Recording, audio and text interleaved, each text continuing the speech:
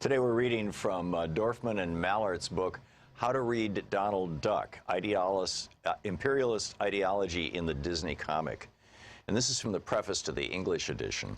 This book was first published in Spanish. To say that this book was burnt in Chile should not come as a surprise to anyone. Hundreds of books were destroyed and thousands more prohibited and censored. It was written in the middle of 1971, in the middle of the Chilean revolutionary process. Copper had been rescued, the land was being returned to the peasantry, the whole Chilean people were recovering the industries that during the 20th century had been the means of enrichment for Mr. Rockefeller, Grace, Guggenheim, and Morgan. Because this process was intolerable to the United States government and its multinational corporations, it had to be stopped. They organized a plan which at the time was suspected and since has been confirmed by Mr. Kissinger, Ford, and Colby to have been directed and financed by the United States intelligence services. Their objective was to overthrow the constitutional government of Chile. To realize their objective, an invisible blockade was imposed. Credits were denied, spare parts purchased for industrial machinery were not sent, and later the Chilean state bank accounts in the U.S. were blocked, and an embargo preventing the sale of Chilean copper throughout the world was organized. There were, however, two items which were not blocked: planes, tanks, ships, and technical assistance for the Chilean armed forces, and magazines, TV serials, advertising, and public opinion polls for the Chilean mass media, which continued for the most part to be in the hands of a small group which was losing its privileges. To maintain them with those of the U.S., their media prepared the climate for the bourgeois insurrection, which finally materialized some years later on the 11th of September, 1973.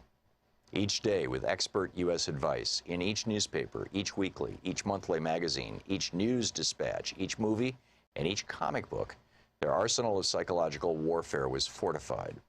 In the words of General Pinochet, the point was, quote, to conquer the minds, end quote, while in the words of Donald Duck in the magazine Dislandia, published in December 1971, coinciding with the first mass rallies of native fascism, the so-called March of the Empty Pots and Pans, the point was to, quote, restore the king.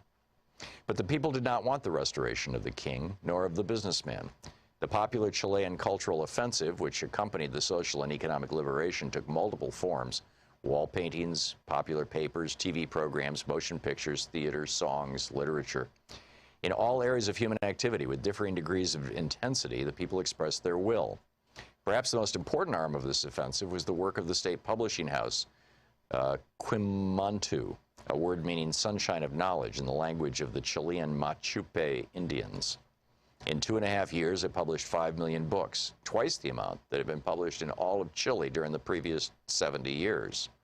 In addition, it transformed the content of some of the magazines it had inherited from before the popular unity government and created new ones. It is in this multifaceted context, with the people on the march to cultural liberation, a process which also meant criticizing the mass cultural merchandise exported so profitably by the U.S. into the Third World, that How to Read Donald Duck was generated. We simply answered a practical need. It was not an academic exercise. For the Mad Dog Warriors on that September 11th, there were no paintings on the walls. There were only enormous stains which dirtied the city in memory.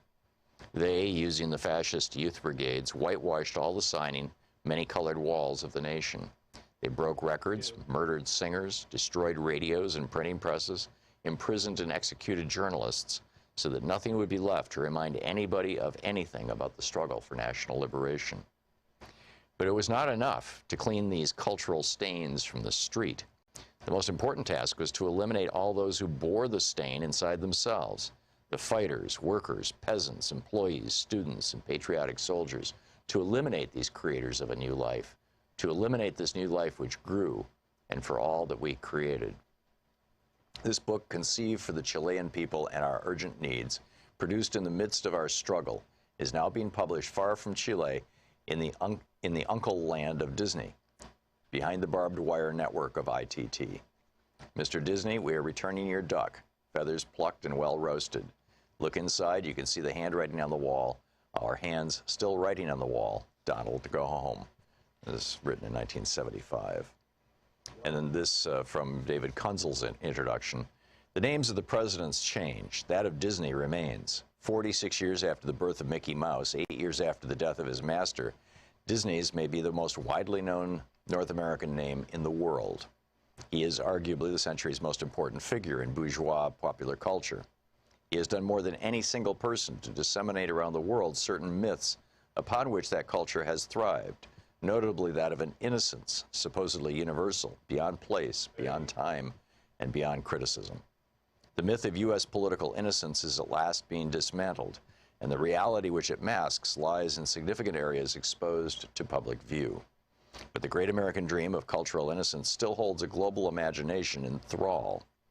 The first major breach into the Disney of this dream was made by Richard Schickel's The Disney Version, The Lifetimes and Commerce of Walt Disney, the book How to Read Donald Duck.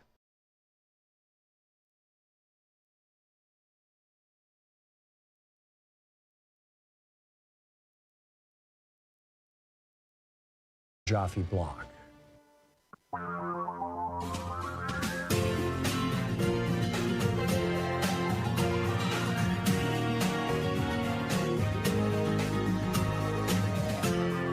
This is the Thom Hartmann Program. Well, happy Friday, TGIF, Shabbat Shalom, Juma Mubarak. Whatever it may be for you, it's the end of the week for us. And looking forward to a nice weekend. We've got a lot coming up on the program today. In the third hour, I want to dig into, well, there's a whole bunch of stuff I want to dig into.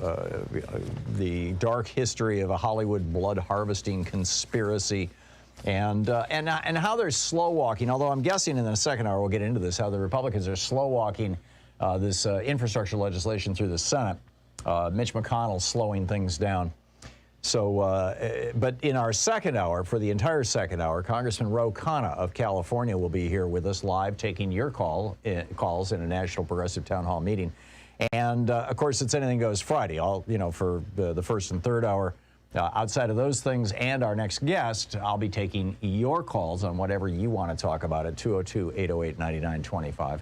On the line with us right now is Greg Palast, the investigative journalist, the author of How Trump Stole 2020. GregPalast.com is his website. You can tweet him at Greg_Palast, P-A-L-A-S-T. And Greg, this is just an amazing story you are pushing out here about this guy who's taking on Chevron. Tell us about it. Okay, Steve Donziger is under house arrest. He is the attorney who won a $9.5 billion judgment against Chevron Corporation in Ecuador for poisoning the people of the Amazon. I was down there reporting for I was doing my own investigation for BBC television, and I met with, for example, the chief of the Kofan. His son had gone swimming in a 5-year-old son went swimming in a pool that was shiny with, it was just shiny and looked nice in the jungle, the rainforest, and he said, and he came up vomiting blood and dropped dead in his father's arms. So the chief, I went with him. He's wearing war paint. He's naked from the chest up, from the waist up, and he files a lawsuit against Chevron for his son's death and the death of his other son who died of cancer. And they're laughing at him. And hang on just a second. This is because that slick on the water that his son dove into was a petroleum dump by Chevron, right? That's an illegal petroleum dump by Chevron's Texaco unit. Okay. Illegal. Right. You can't do that stuff in the U.S. You can't just dump your oil sludge. It's poison. It kills. But this was the Bolivian forest, right? Yeah, or this the is Ecuadorian rainforest, jungle. Yeah. Up the Amazon. So I was up there in the Amazon with the chief, and he filed, and they're laughing at him. 4 years later, 2011, he wins $9.5 billion because he got help from a lawyer named Steve Donziger. This is Barack Obama's Harvard Law School mate who could have made a killing. Instead, he gave up everything, every penny, every job to work in the past decade and a half to defend the indigenous people of the Amazon rainforest against Chevron and the oil company. So why is this lawyer in $9.5 billion? Why is this lawyer in home detention? Why is he under arrest? Yeah, and he's facing jail time on October 8th. He will be sentenced for so-called contempt of court because Chevron ran around looking for a judge, and they found a right-wing judge named Lewis Kaplan, who demanded that Donziger turn over his cell phones and computers so they could identify which indigenous people were going after Chevron and insiders in the corporation giving away their secrets, which could be a death sentence for these people. Steve refused. That's just a civil question. And because he appealed the decision that he should turn over his cell phones and computers, he was sentenced without trial to 2 years of home detention, and now he's facing a prison term. But here's the problem, Tom. Federal prosecutors told the judge to go fly that this is ridiculous. You can't charge a lawyer with put a lawyer behind bars because he won't turn over his personal documents. And he's protecting a whistleblower, essentially. And he's protecting whistleblowers. It's client confidentiality, et cetera. So the feds laughed him off. You know what the judge did? For the first time in U.S. history, he appointed Chevron's law firm to act as the prosecution in a trial against Steve Donziger. Donziger asked for a jury trial because, hey, have you read the Constitution lately? You get a jury trial as a criminal charge. And the judge said, no, you can't have a jury, and I'm going to bar you from making a public defense. And he said, you're guilty, and you're going to jail. What jurisdiction is this happening in? Who's this judge? It's Lewis Kaplan ordered this, and then he picked another judge to work with him who's from the Federalist Society, the Koch operation that pumps out these ultra-right judges. Yeah, they brought us Brett Kavanaugh. The feds, even Trump's Justice Department would not prosecute Donziger, the lawyer for the indigenous people. But so they literally used is this a state court or a federal? This is a federal court. Federal court. In which state? So what happened is in New York and Southern Thank District. So what's happened is that you literally have Chevron's own lawyers acting as the prosecution. This has never been done in American history, where you have a corporate prosecution on a criminal charge of an individual citizen, and of course denied a jury trial. It's insane. You have 60 Nobel Prize winners. You have Senator Markey and a whole bunch of Congress people screaming about this. Every human rights group like Human Rights Watch, Amazon Watch, et cetera, who are screaming about this corporate prosecution of this human rights lawyers and his whistleblowers. I mean, it is. And meanwhile, by the way, Chevron has refused to pay the $9 billion. And, I have to tell you, I was down there, and they also went after journalists, including a guy named Greg Palast. They tried to get me fired from BBC. They filed a formal complaint. I had a one-year court hearing myself I saved my job, but now they can't stand Steve Donziger, this human rights lawyer going up against Chevron. What is being done about this, Greg? I understand that you and a bunch of other people are trying to highlight this, and and so am I. It's why you're on this program right now. But is there anything that can be done? Yes, today, 4 p.m. Pacific, 7 p.m. Eastern, and in 15 cities around the world, from San Francisco to Los Angeles. I'll be in Los Angeles. Go to gregpalast.com for the information.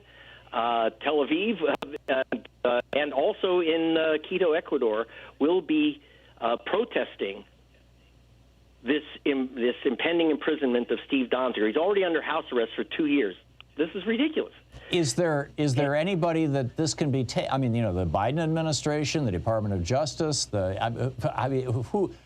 members of Congress? Is there anybody who could be petitioned or called or contacted or lobbied about this? Yes, I think now that we have Biden, and it's time for the Justice Department to step in and say two things. Number one, no more corporations appointed to prosecute individuals that they don't like. This has never happened in American history. They just lost $9.5 billion, too. Yes. Yeah, and two, free Steve Donziger. He's a great human rights lawyer. What is he doing under arrest? And three, Chevron, pay the money you owe to the people you killed. It's that simple.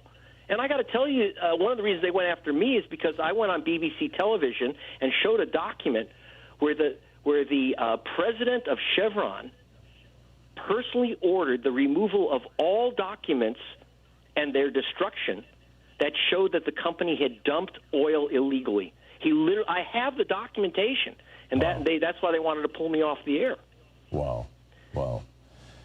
Okay, so let's get Biden. Let's put a little pressure on Biden and the Justice Department and Merrick Garland to say no more corporate prosecutions. Yeah, I'm with you. So you can find out all about it over at Greg Palast, GregPalast.com. And you can tweet Greg and follow the whole thing on Twitter, Greg_Palast. If you're not following him, you should be. Greg, thank you. Thank you for dropping by today and keeping us up to date on this. You're the best, Tom. Thank you. You too. We'll be back with Anything Goes Friday and your calls right after this. It is 15 minutes past the hour.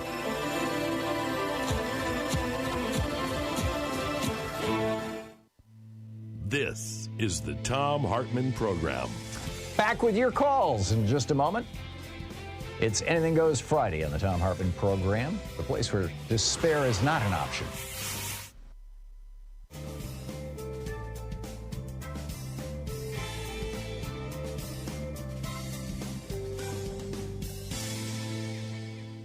And welcome back. Cliff in Santa Clarita, California. Hey, Cliff, thanks for watching us on Free Speech TV. What's on your mind today?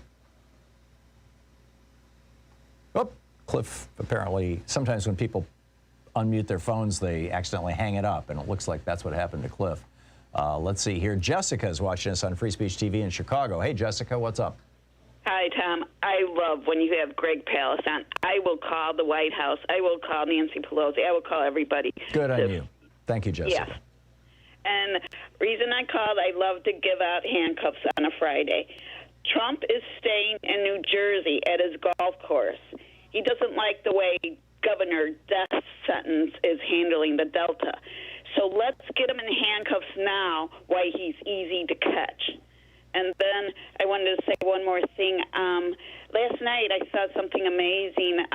One of Moderna scientists was saying how they're tweaking the vaccine to fight against the Delta variant now. Mm-hmm. Oh, they are. Every vaccine company is working on that. Right. And I'm just so happy. And also Moderna, they're about to come out with for 6-month-olds to 12-year-olds, and I just love little kids, so I'm so happy for that. It's going to probably come out in the fall, maybe winter. But I'm so proud of all the scientists helping to keep us safe. Yeah, I'm with you. It's a major accomplishment. I mean, this is historic. That would be amazing. I know all the northern people are going to get like my neighbors, they want to get their kids vaccinated right away. Yeah. So Well, it's the key to opening the schools. I mean, this. Go ahead. I'm sorry. All of them, all of the vaccines. I'm just incredibly proud. Yeah. Yeah, me too. And this is, I mean, you know, now that we know that this Delta variant is as contagious as chickenpox, I remember chickenpox. I mean, you know, you didn't get past the second or third grade without getting chickenpox. It was impossible. Chickenpox just was it was everywhere, you know, every year when it came around. And it looks like that's going to be the case with COVID. And of course, chickenpox very rarely killed people, but, you know, it's largely wiped out now because we've been vaccinating against it. And you know, hopefully this can end up the same way. It'll just be something we see in the rearview mirror. I wish people would get vaccinated so badly. I always say the alternative is death. I always tell people that aren't vaccinated because I try and get them to get vaccinated. Yeah, good on you. Well, and Biden was on TV this morning. He was talking about you know, there was over 900,000 jobs, 950 some odd thousand jobs were created in the last month, which is a really good sign. Of course, that was before the Delta variant swept across America, or at least three out of the 4 weeks of that month. And you know, and he was he came right out and said, he said, if we're going to sustain any kind of economic recovery, we have to get everybody vaccinated. And of course, not sustaining an economic recovery is exactly what the Republican Party's strategy is all about. But sadly, it looks like they're shooting themselves in the foot. It's the red states that are being wiped out.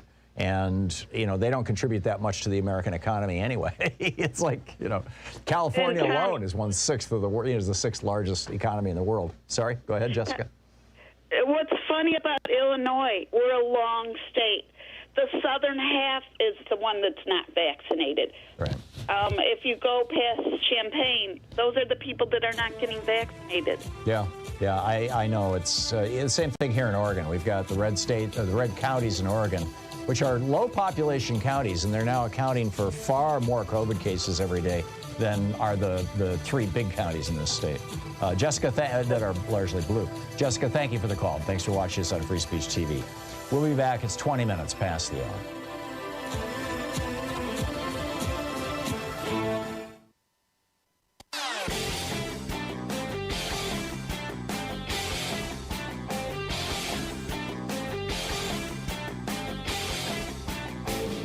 Hey, thanks so much for sharing our program and for reaching out to our stations and sponsors and letting them know that you're listening. It really means a lot to us. You know, there's so much news coming out of the Trump administration, so much corruption, so many crimes. Oh, you know, now they're letting people kill endangered species. Now they're selling off, you know, the Arctic National Wildlife Preserve, refuge rather, to big oil companies. Oh, now they're they're authorizing pesticides that we know cause birth defects and damage to children. It's just, you know, step after step after step that it's so easy to forget that back in July of 2020, it was reported that Jared Kushner and Mike Pence's nephew, John Pence, created a couple of LLCs, American-Made Media Consultants Corporation, that took $617 million of Trump campaign cash, and nobody knows where it went. I'm telling you, these guys are professional grifters. We need to keep an eye on it. There's a whole rant about it over at thomhartmann.com for supporters of our program.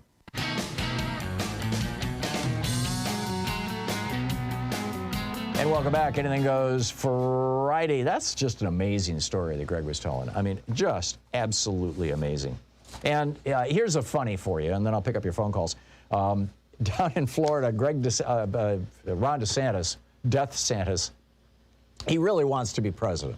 He's running for the White House. He wants to be the heir to Donald Trump. He came in second. Trump got something like 70% of the vote at, what was it, CPAC or another one of the Republican things, and DeSantis got around 20% of the vote.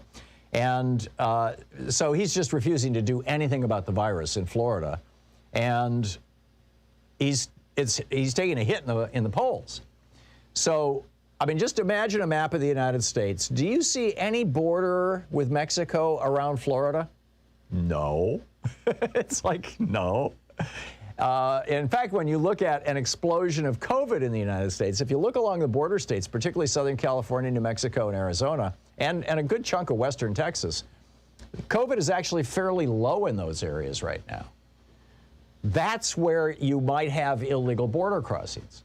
But DeSantis is blaming the explosion of COVID in Florida on migrants coming, people seeking refuge coming from south of the border. It's nuts. But, hey, you know, it's Republican politics, so you just kind of have to expect that sort of thing, I suppose. Anyhow, picking up your phone calls here, Carrie in New Windsor, New York. Hey, Carrie, what's on your mind today? Hi. Well, here in New York, we have a lot going on with Cuomo. You know, they came out with a 168-page report on him. Yeah, he needs to resign tomorrow or yesterday. Yeah, well, he's going to fight, I'm sure, but and that's normal, you know, for him. Well, and, you know, after Al Franken, I'm all in favor of Democratic politicians saying, show me the proof. But when the proof comes out, there's a point where you just say, okay, that's it. But I would add, you know, why is the media, and we all know why. I mean, New York is the media epicenter for the United States, but the media is hyper-focused on Cuomo and not talking at all about the fact that we had a guy in the White House for 4 years who was accused of rape by 20 women. And you've got Matt Gaetz, who's accused of paying underage girls for sex. And the guy that he was doing it with has already pled guilty to it. I mean, you know, where are the calls for Matt Gaetz to resign or for Donald Trump to never again be allowed anywhere near a public office? Well, I think things like what happened with Trump and et cetera, you know, that stuff shows up in the news and then it goes away. And I think part of the reason is women don't assert themselves as much. And I think women need to start acting like brown-skinned people if we want to be equal. And, you know, the World Economic Forum puts out report after report after report saying that nowhere in the world do women get paid as much as men. I figured out, I had two white males explain to me the reason why. One said, whenever you're really confused and there's money involved, follow the money. And then my other friend said in the 70s, women entered the workforce and men got pissed at that because, so I think, and so what we have, because that drove down wages, right? Because then the 1% bosses had, you know, and just owners of companies, even if they're not 1%, had way more people to choose from to be their employees. So they drove everybody's wages down. Like, look at all these people I have to choose from. I don't have to pay them as much. And so in our country, we have white male supremacy. In other countries, it's male supremacy. It started actually when the slaves were freed, right? So you have this, like, you know, male dominance thing going on and the degrading of women in order for men to continue to you know, assert their dominance. And so, you know, basically it's just competition for jobs. You know, there's different reasons why there's male supremacy, but, you know, the monetary reason is there's competition for a living wage. So, like, I really think, I don't know what the total solution is, but I know that brown-skinned people have come a long way by getting really offended at the N-word. So I thought maybe if women could start by getting really offended at the B word and just simply being like, what did you just say?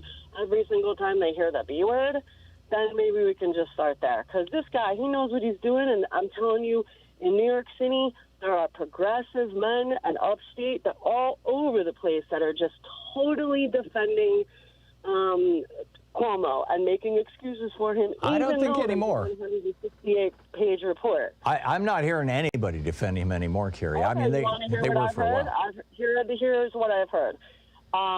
He doesn't get it. The way these women, you know, he's using this excuse of, like, I kiss everybody. He really does kiss everybody. He's Italian. You know, these women, they don't get it, you know, and, like, and then Governor Cuomo doesn't get it. He doesn't realize what he's doing to these women. He totally realizes what he's doing. Like I said, it's a tactic, right? Now, here's other reasons I'm hearing them say it's politics. All these women are making it up. This doesn't really happen. I really don't think that women have enough of a platform to, you know, voice everything that happens to them on a daily basis. Do we need a new women's movement, Carrie? Or do women need a new women's movement? Do what? Does America need a new women's movement, a revival of the 70s women's movement? I just think we're so trained to be polite. Yeah. This guy, I mean, you said this, you know, goes back to the end of slavery. I think this goes back to literally the Bible, you know, the Genesis story, where Eve was cast as the villain for all of humanity. There's other reasons. Yeah, this is an old story. Carrie, thank you. Listening to the Thom Hartmann Program. Call 202-808-9925. Back with your calls right after this break here at the bottom of the hour. It's Anything Goes Friday on the Thom Hartmann Program. the place where despair is not an option.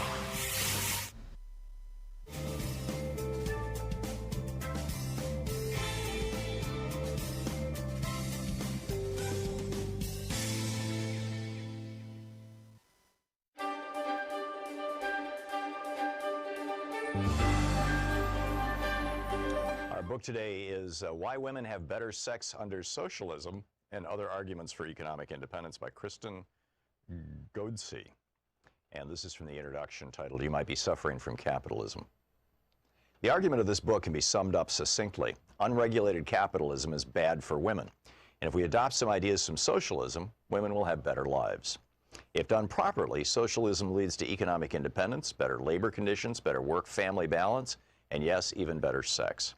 Finding a way into a better future requires learning from the mistakes of the past, including a thoughtful assessment of the history of 20th century state socialism in Eastern Europe. That's it. If you like the idea of such outcomes, then come along for an exploration of how we might change things. If you're dubious because you don't understand why capitalism as an economic system is uniquely bad for women, and if you doubt that there could ever be anything good about socialism, this short treatise will provide some illumination. If you don't give a whit about women's lives because you're a gynophobic right-wing internet troll, save your money and go back to your parents' basement right now. This isn't the book for you. Of course, some might argue that unregulated capitalism sucks for almost everyone, but I want to focus on how capitalism disproportionately harms women. Competitive labor markets discriminate against those whose reproductive biology makes them primarily responsible for childbearing. Today, this means humans who get pink hats in the hospital and the letter F next to the name on the birth certificate, as if we've already failed by not coming into the world as a boy. Competitive labor markets also devalue those expected to be the primary caregivers of children. Although societal attitudes have evolved in this regard, our idealization of motherhood means that most of us still believe that baby needs mama, a whole lot more than papa, at least until the child is old enough to play sports. Others will argue that unregulated capitalism is not bad for all women. Yes, for those women lucky enough to sit at the top of the income distribution, the system works pretty well. Although women at the executive level still face gender pay gaps and remain underrepresented in leadership positions, on the whole, things aren't too shabby for the Sheryl Sandbergs of the world. Of course, sexual harassment still hinders progress, even for those at the top, and too many women believe that if you want to run with the big dogs, you may have to suck it up and ignore the groping and unwanted advances. And race plays an important role as well. White women do a lot better in aggregate than do women of color. But when we look at society as a whole, on average, women are comparatively worse off in countries where markets are less encumbered by regulation, taxation, and public enterprises than they are in nations where state revenues support greater levels of redistribution and larger social safety nets. Choose your data source, and you find the same story. Unemployment and poverty plague women with children. Employers discriminate against women without children because they might have them in the future. In the United States in 2013, women over the age of 65 suffered from poverty at much greater rates than men and dominated those in the category of extreme poverty. Globally, women face higher rates of economic deprivation. Women are often the last to be hired and the first to be fired in cyclical downturns. And when they do find employment, bosses pay them less than men. When states need to slash government spending on education, health care, or old age pensions, mothers, daughters, sisters, and wives must pick up the slack, diverting their energy to care for the young, the sick, and the elderly. Capitalism thrives on women's unpaid labor in the home because women's care work supports lower taxes. Lower taxes mean higher profits for those already at the top of the income ladder, mostly men. But capitalism was not always so savage. Throughout much of the 20th century, state socialism presented an existential challenge to the worst excesses of the free market. The threat posed by Marxist ideologies forced Western governments to expand social safety nets to protect workers from the unpredictable but inevitable booms and busts of the capitalist economy. After the Berlin Wall fell, many celebrated the triumph of the West, consigning socialist ideas to the dustbin of history. But for all its faults, state socialism provided an important foil for capitalism. It was in response to a global discourse of social and economic rights, a discourse that appealed not only to the progressive populations of Africa, Asia, and Latin America, but also to many men and women in Europe and Western Europe and North America, that politicians agreed to improve working conditions for wage laborers, as well as to create social programs for children, the poor, the elderly, the sick, and the disabled, mitigating exploitation and the growth of income inequality. Although there were important antecedents in the 1980s, once state socialism collapsed, capitalism shook off the constraints of market regulation and income redistribution.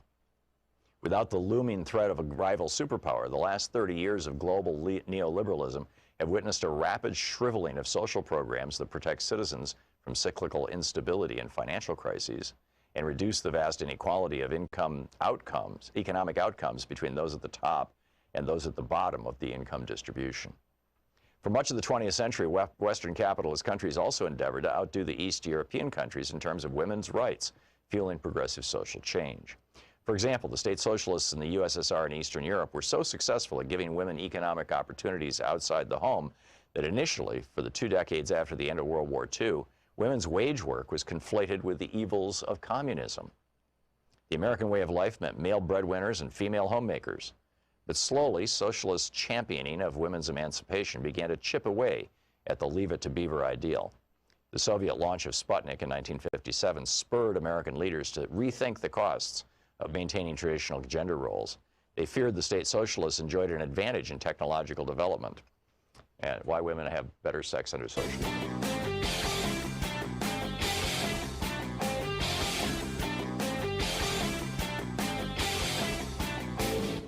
Missed my opening rant today? It's usually published over at HartmannReport.com, where you can read it and share it with your friends for free. Check it out, HartmannReport.com. So for our Thom Hartmann Insider videotape that is over, or videotape, YouTube, whatever you want to call it, private video that's available over at ThomHartmann.com, I'm talking this week about Donald Trump just completely giving in to Erdogan of Turkey, the president of Turkey, the dictator of Turkey now. And this theory that Jared Kushner okayed the killing, at least the capture, perhaps the killing of Jamal Khashoggi and to Mohammed bin Salman, and that Erdogan has the tape of it, and that when he called up Donald Trump a couple weeks ago and said, I want you to pull out of Syria and give me those Kurds so I can kill them and take that land, that he did it because Erdogan threatened him. And then Erdogan comes to the United States, a week or two later and gets a whole state dinner thing. Check it all out. It's over at ThomHartmann.com. I think you'll find it fascinating.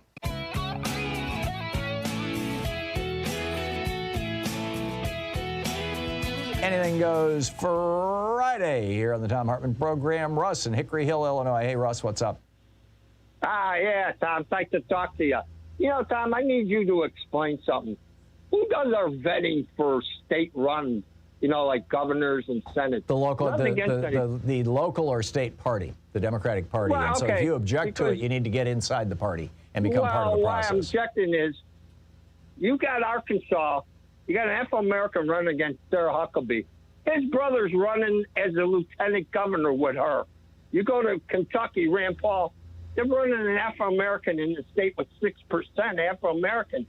Tom, Rand Paul's an idiot. You've got to beat. What am I missing? This guy's brother is a lieutenant governor with Sarah Huckabee. Shouldn't you step down and find another candidate? I don't know Arkansas or Alabama. That's Arkansas, you said? No, Kentucky. Oh, Kentucky. And Arkansas. Yeah. Rand Paul's running against an Afro-American. Yeah, I get it. 6%. No, I get it. And, African-Americans are minorities all over the country, yet we elected an African-American president. I don't think they're that's... not really here in Cook County of Illinois.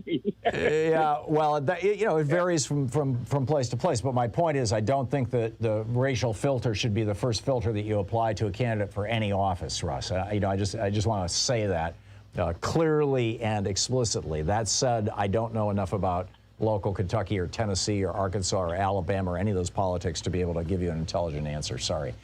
Jeremy in Indianapolis. Hey, Jeremy, what's on your mind today? Yes, the other day you spoke with a conservative and had to re-explain to them what communism meant, and I know I mentioned the word and it kind of triggered you a little bit, so to speak.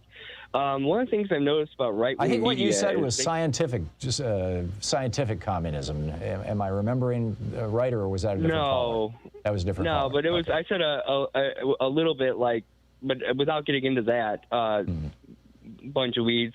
One thing that, people have different meanings of words, and you mentioned you need to work on your phrasing, and I've found that speaking with conservatives, trying to educate them on what your definition of the word is just waste your time. And that's what, like, conservative media, they change the definitions of words and phrases like Black Lives Matters, defund the police. Critical race theory. Critical race theory. Yeah, that was on the tip of my tongue. Thank you. Yeah, all that stuff. They change the definition, and then it's like the Tower of Babel. We can't communicate. We can't cooperate. And that's, I believe, the goal is because then you spend 15, 20 minutes trying to redefine the word with the person, and you never get the root of the problem. And I thought instead of trying to tell them your definition, ask them what their definition is, and for the sake of the conversation, go with that and try and address their problem. Don't try. I mean, if you have all the time in the world, Jeremy. It's a great suggestion. I like that. And you know, it's not very often that people call and offer me advice on how to do the show that I think about and go, oh yeah, there's something to that. You just did. And so I appreciate that. Jeremy, thank you very much. Larry in Los Angeles. Hey, Larry, what's on your mind today? Hi. By the way, I have been calling right-wing talk radio, I should say right-wing TV on the cable. Mm-hmm. And I talked to 3 of those guys. 2 of them called me a liar and cut me off because I was telling the truth. The third one just kind of shut up and decided that I was giving him so much information he couldn't take it anymore. So he hung up on me. Huh. But none of them addressed the issues that I talk about, mainly how many recessions Republicans give us and so forth. Oh, right. You call in regularly to remind us of this. I appreciate that. Yes, I do, because I'm trying to make the Republicans own their record. Yeah. And for the last 124 years, every single Republican has given us a recession in his first term. And I want them to own that record, and they're refusing to do it. But Biden, in his last 6 months, since he's been president, has seen more jobs created than Trump, Bush, and now he's taking on Ronald Reagan's record. He's already knocked off a year and 3 months of Ronald Reagan's jobs creation. And he's done this in 6 months. No president has ever done this before in the history of America. Wow. And it could be that if Biden gets his full tax increase on the rich, he might knock off Ronald Reagan's full record, because I'm predicting that if he actually gets a tax increase, and preferably he would take it up to getting close to 50% or more, the sweet spot. Yeah. But if he actually gets whatever the tax increase that he wants, I think he will see somewhere between 30 and 40 million jobs created. Larry, you're one of the more astute observers of this whole scene and the relationship between economics and politics among all the people who call into this program. I noticed that Biden, I have a question for you. I noticed that Biden's approval rating has now dropped down to 46%. I have not seen anything that documents why that is. My guess is because people really want that $3.5 trillion reconciliation, so-called infrastructure package. They want Medicare expanded to include dental and vision. They want more comprehensive programs for education. They want to reduce student debt. They want to expand Medicare. And it seems like it's not happening. Do you think that that's what's going on? Or, I mean, do you have any statistics or information to contribute to this conversation about Biden? I will tell you that I am not a fan of Biden. I did want him to lose in the primary. He won. But every Democrat who has ever been, every Democratic president who has ever gotten in the office has outperformed every Republican they replaced, and they outperformed the Republican who replaced them. Throughout the last 100 years, this has been true. I looked stuff up.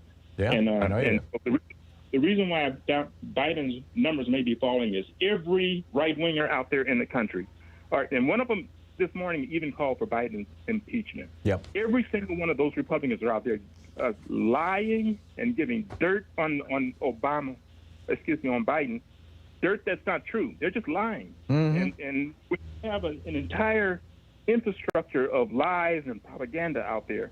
That's why Hillary Clinton didn't get the White House, even though she won the election. Yeah. Because there's only so much propaganda that an individual can overcome, that a country can overcome. Just like myself, for instance. When I talk about the Democratic presidents, quite frequently I'll call them the Democrat president.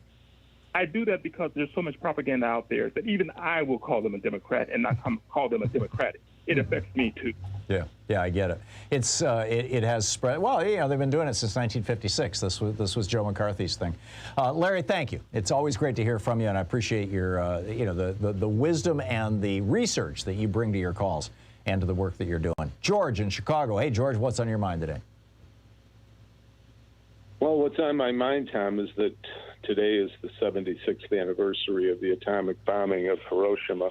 Oh, really? How did I miss that? Wow. Well, more than a few years has passed, I guess. Yeah, but we still should be paying more attention to that. I mean, it was a horrific act. Well, that's what I wanted to talk to you about. It's pretty rare that I find myself in disagreement with you, and this is an issue that, in my mind, I have gone back and forth on over the years. Like you, I'm a son of World War II veteran. In fact, two veterans. My father served 4 years in the Navy, 2 years in both the Atlantic and the Pacific in combat, and my mom was a U.S. Army nurse in North Africa. At the end of the war, they were both in training for the invasion. And your father, who became an occupation soldier, would have been part of the invasion if the war That's what they were prepping him for in basic training. But the thing is, George, it looks. I mean, you said you disagree with me on this. I'd love to hear exactly why. But my reading of history is that, and again, this is something that's still being debated, but is that Japan was crushed. I mean, we had just firebombed Tokyo, which caused more destruction than the atomic bomb in Hiroshima, killed more people. And they were on their knees, and they were probably within 6 months of surrendering anyway. And the theory is that Harry Truman wanted to prove not to Japan, but to Stalin, that he had a super weapon, and that, because that was when they were beginning to carve up Europe, and he was trying to get some leverage over Stalin to say, don't mess with us, we'll give you half of Germany, but don't expect more, that kind of thing. Well, I know that point has been made. It's not the one that I wanted to discuss, although in regards to Harry Truman, he acted with responsibility when he became commander-in-chief. He made any decisions regarding the use of the bombs solely his as commander-in-chief. Prior to that, they had been decisions that could be made by theater commander like General LeMay. So what do we disagree about, George? He took I'm looking at the clock here. Sorry. Yeah, I'll make the points very quickly. Since the 90s, a lot of Japanese wartime archives have become open and become examined, and it was very clear that the Japanese were not going to surrender.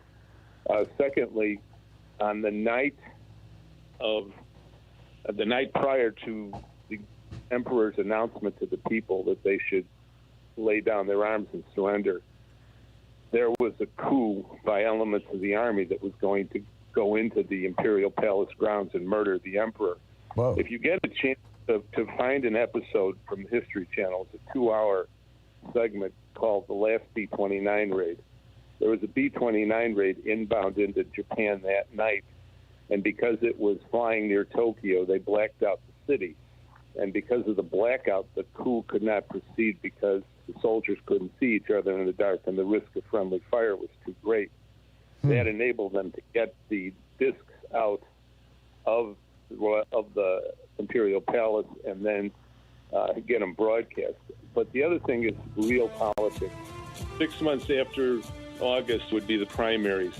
And if Truman was campaigning around the country and was confronted by a sorrowful woman in a long white dress with a gold star on her left breast and said, "Mr. President, you had a weapon last year that could have kept my son from dying in Japan," I can't imagine any American president would want to confront that. Yeah, I think that's interesting. George, you're causing me to reconsider. Thank you very much for the call. You're listening to Thom Hartmann. Visit ThomHartmann.com for audio and video archive. This has been one of, at least 20th century's America's great debates, is should Harry Truman have dropped the bombs or not. We'll be right back.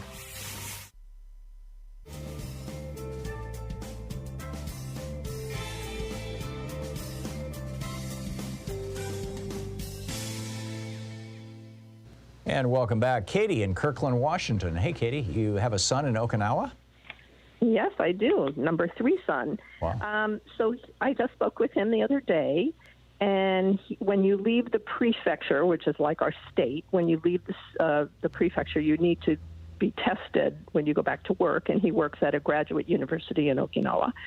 And so he needed 2 negative tests before resuming work. And when I spoke to him the other day, I said, "So did you get it up your nasal cavities? And he said, no, we spit in a cup. And I said, really? I've never heard of anyone in the States doing that. And I have not had a need to be tested. Mm-hmm. So I don't have any experience with the up the nose, but I never heard of anyone spitting in a cup. Do you know, I realize you're not a medical professional, but have you ever heard of that in the United States? I saw a story in, I forget where, but in acceptable mainstream mainstream media, as it were, it's a story that had been vetted. That suggested that there are spit tests coming. There are several companies developing them. Louise and I bought a couple of the Binax tests, Abbott Laboratories tests. You can buy them for they're like $25. You can buy them online. In fact, we've got a couple of them sitting here in the studio for if any of us, gets a sore throat or any symptoms. And I tried it. I did one of them, and they no longer have to go way up your nose. You just do it a half inch into your nose, so it's not painful. Okay. It's not even uncomfortable. So good to know. Yeah, and that might be why the spit tests are not, they're not getting real hysterical about getting them out there right away, because the up-the-nose tests are now more tolerable. Okay, great to know. Okay, thanks, Katie. Good talking to you. Cliff in Santa Clarita, California. Hey, Cliff, what's on your mind today? Hello, Tom. Sorry about that. Been calling you since Breakfast with Bernie days. First time I ever cut myself off. Oh, okay. So what's on your mind? First, I'd like to remind everybody that George W. Bush is still a war criminal. Yes. And always will be. And Dick Cheney. Yeah, and it's nauseating to see their acceptance in society. Okay, Tom, remember John Gotti? The feds got him with wiretaps. They got him on tape. And that's what they, part of the way they used them to prosecute. All right, we got the Billy Bush tape, grabbing women by the private parts. We have Michael Cohen discussing the $130,000 check to Stormy Daniels. We have that on tape. We have the Georgia Secretary of State, 11,780 votes. We have that on tape. We have Bob Woodward. He was downplaying the pandemic. We have that on tape. We have the president of Ukraine, quid pro quo. We have that on tape. I mean, usually when they got you cold, that's when your lawyers start going for plea deals. He hasn't been indicted. What's it going to take to get this creep, Tom? Candidly, Cliff, I suspect that what it's going to take is a collapse in his political popularity. I mean, I'm serious. I'm not defending this, but the fact of the matter is that when it is perceived that you are using criminal law to punish somebody for their political viewpoint, Americans tend to view that very negatively, and rightfully so. But it's also very rare in American history that we've had such an open, blatant, obvious criminal in the White House. I mean, we learned about Nixon's criminality way after the fact. I guess we learned about some of it in real time, but I mean, his taking the bribe from the milk industry, his taking the bribe from Jimmy Hoffa, that stuff didn't come out until, a couple of years after he left office. So, but I think frankly, cynically, that's what I think it's going to take, Cliff. Thank you for the call, and thank you for the reminder, Cliff, of how many pieces of evidence we actually have on tape.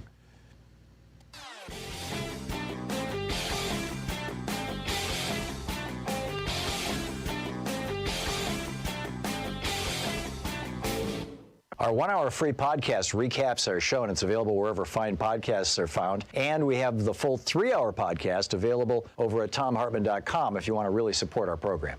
Well, the Confederacy continues to live. Governor Tate Reeves, the governor of Mississippi, just signed a proclamation making April the Confederate Heritage Month in Mississippi.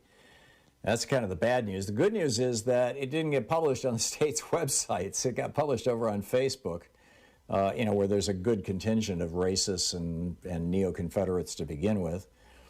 But what does this say about America, that a part of the country that literally was a police state, a fascist police state, there was no democracy left by 1861 in the South. It was completely controlled by a few thousand families who owned these massive plantations. And in my little riff that's over at thomhartmann.com for the supporters of our program, I go through some of the details of it. Just the sad, sad history of the South. It is really worth checking out. It's over at thomhartmann.com.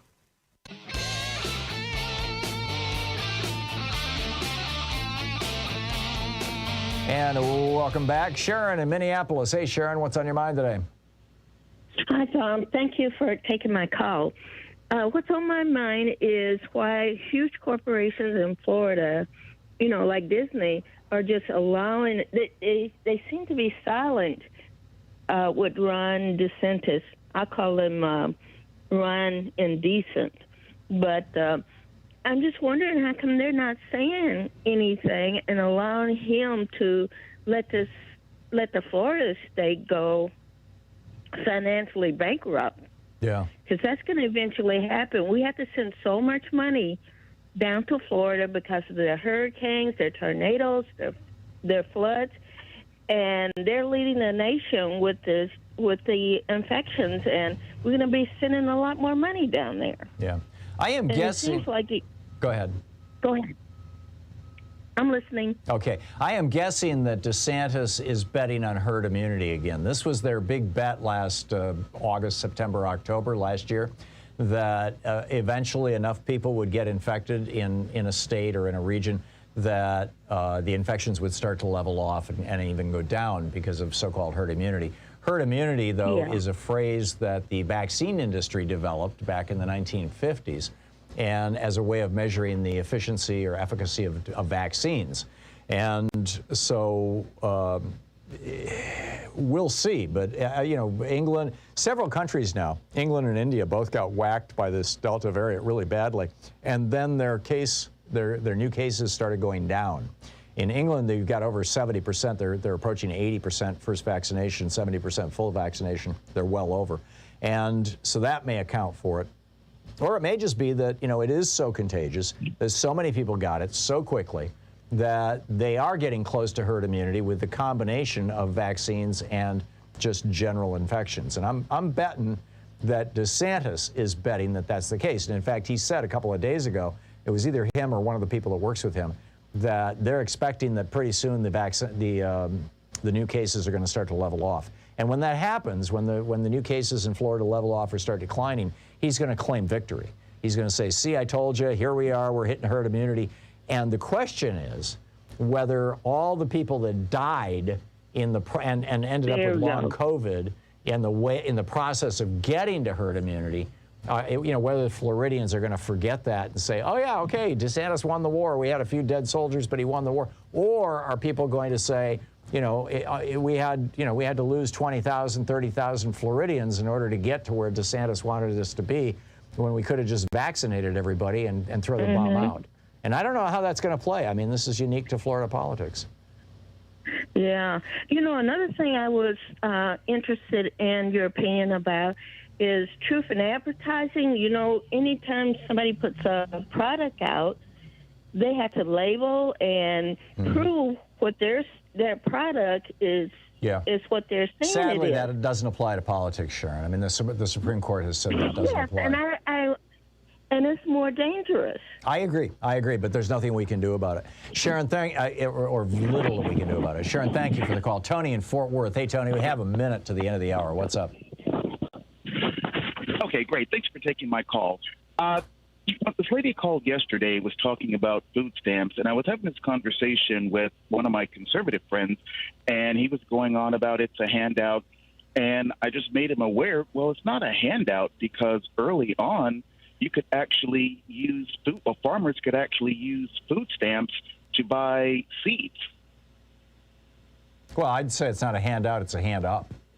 I mean, exactly. Food stamps are a way of cycling money into the bottom of the economy, into the poorest people, into the hands of the poorest people. And the poorest people spend 100% of the money you give them. And when they spend that money, it stimulates the economy. And if they're spending that money via food stamps, it stimulates the agricultural center. If you want to help farmers in America, expand food stamps. That's why food stamps were rolled out in the 1960s under the Agriculture Department. Mm-hmm.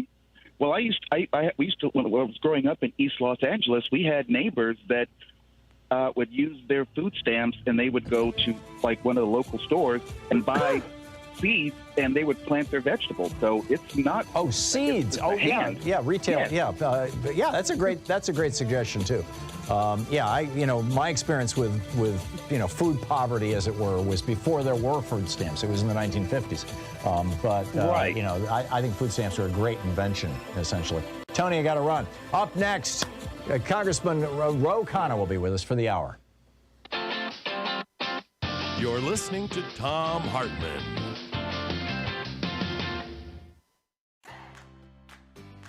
These companies support the Thom Hartmann Program. They are HelloFresh, the #1 meal kit delivery service. More information at HelloFresh.com, code TOM. CB Distillery for sleeping and pain relief. More info at cbdistillery.com, code TOM. Dinovite, only the best all-natural pet supplements. More info at dinovite.com. Annie's Kit Clubs, creativity delivered right to your door. More info at annieskitclubs.com/Tom. Wild Alaskan Company, delicious, sustainably sourced seafood delivered right to your door. More information at wildalaskancompany.com/Tom. And Mack Weldon, reinventing men's basics. More info at mackweldon.com/Tom.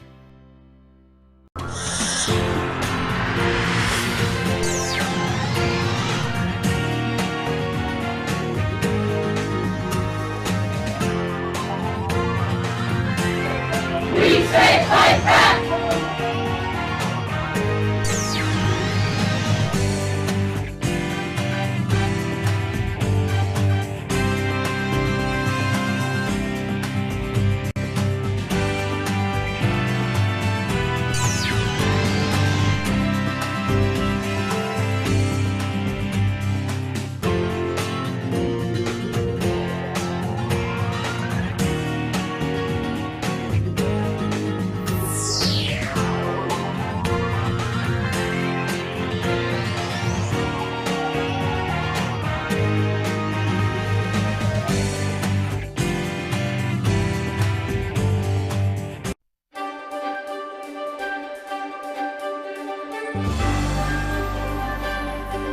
Today from a book by Four Arrows, also known as Donald Jacobs or Don Jacobs. It's titled Point of Departure, Returning to Our More Authentic Worldview for Education and Survival. This is from Chapter 3, Community-Oriented Self-Authorship. Knowing the power of intentional and unintentional trance-based learning and how the latter can make us susceptible to believing untoward communication from authority figures, we can understand one reason self-authorship is important in the indigenous worldview. When we are in control of our thinking and trust our intuitive insights, our natural trance awareness helps prevent misdirection from external influences. It gives us the authority for what we can then instill in our minds to achieve. If someone such as a trusted shaman or psychologist has, certain skills at hypnosis, we might tentatively authorize him or her to help us form the most effective images, but we do so with full awareness. More important than avoiding negative influence from perceived authority figures, however, is the self-authorship via indigenous worldview that gives high degrees of individual autonomy to people while at the same time assuring that people use their freedoms to help their communities. In the indigenous worldview, the highest authority for all decisions comes from one's personal, honest reflection on lived experience, with the understanding that everything is related. It is this understanding that makes a distinction between self-authorship, as it is generally perceived in the dominant worldview, and that of the indigenous one. Self-authorship is always ultimately in the service of the greater good in the latter. Self-authorship in indigenous ways of thinking comes from knowing that the highest experience for decisions comes from honest reflection on lived experience in light of realizing that everything is related in life, and this interconnectedness must be a part of all decisions. Michael Anthony Hart gets to these ideas about inner authority coming from such reflection.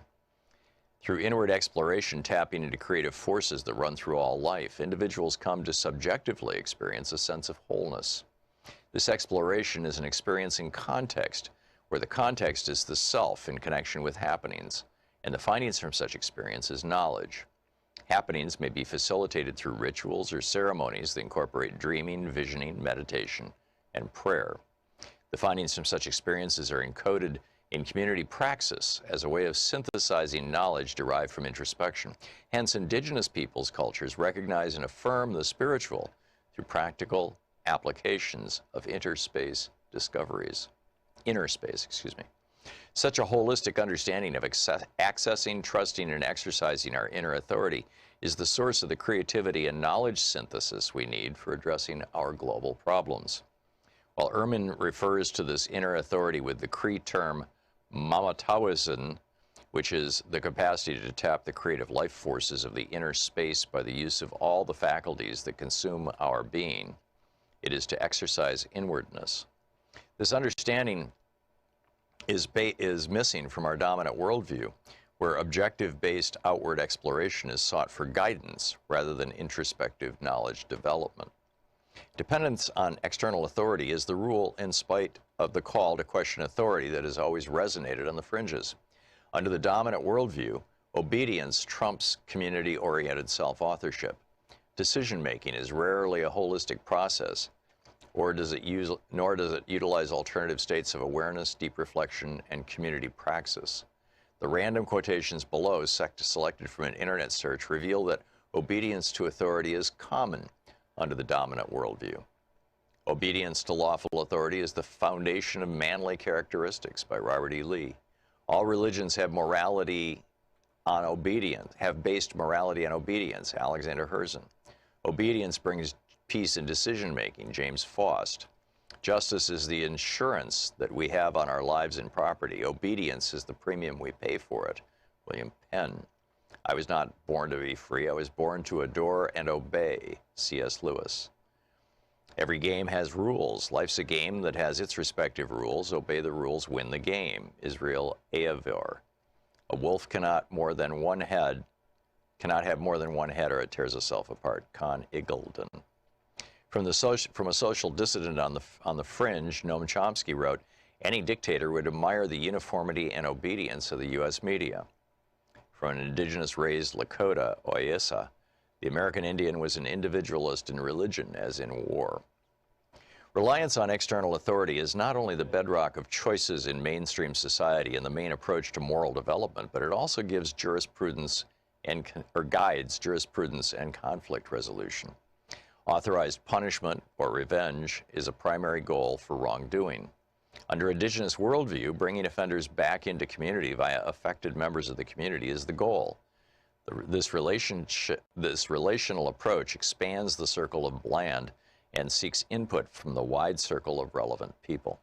Spiritual resources are employed via prayer or song, and subjectivity is as important as objectivity. Hart emphasizes this relationship as emphasizing spirit and spirituality, and in turn, a sense of communitism and respectful individualism.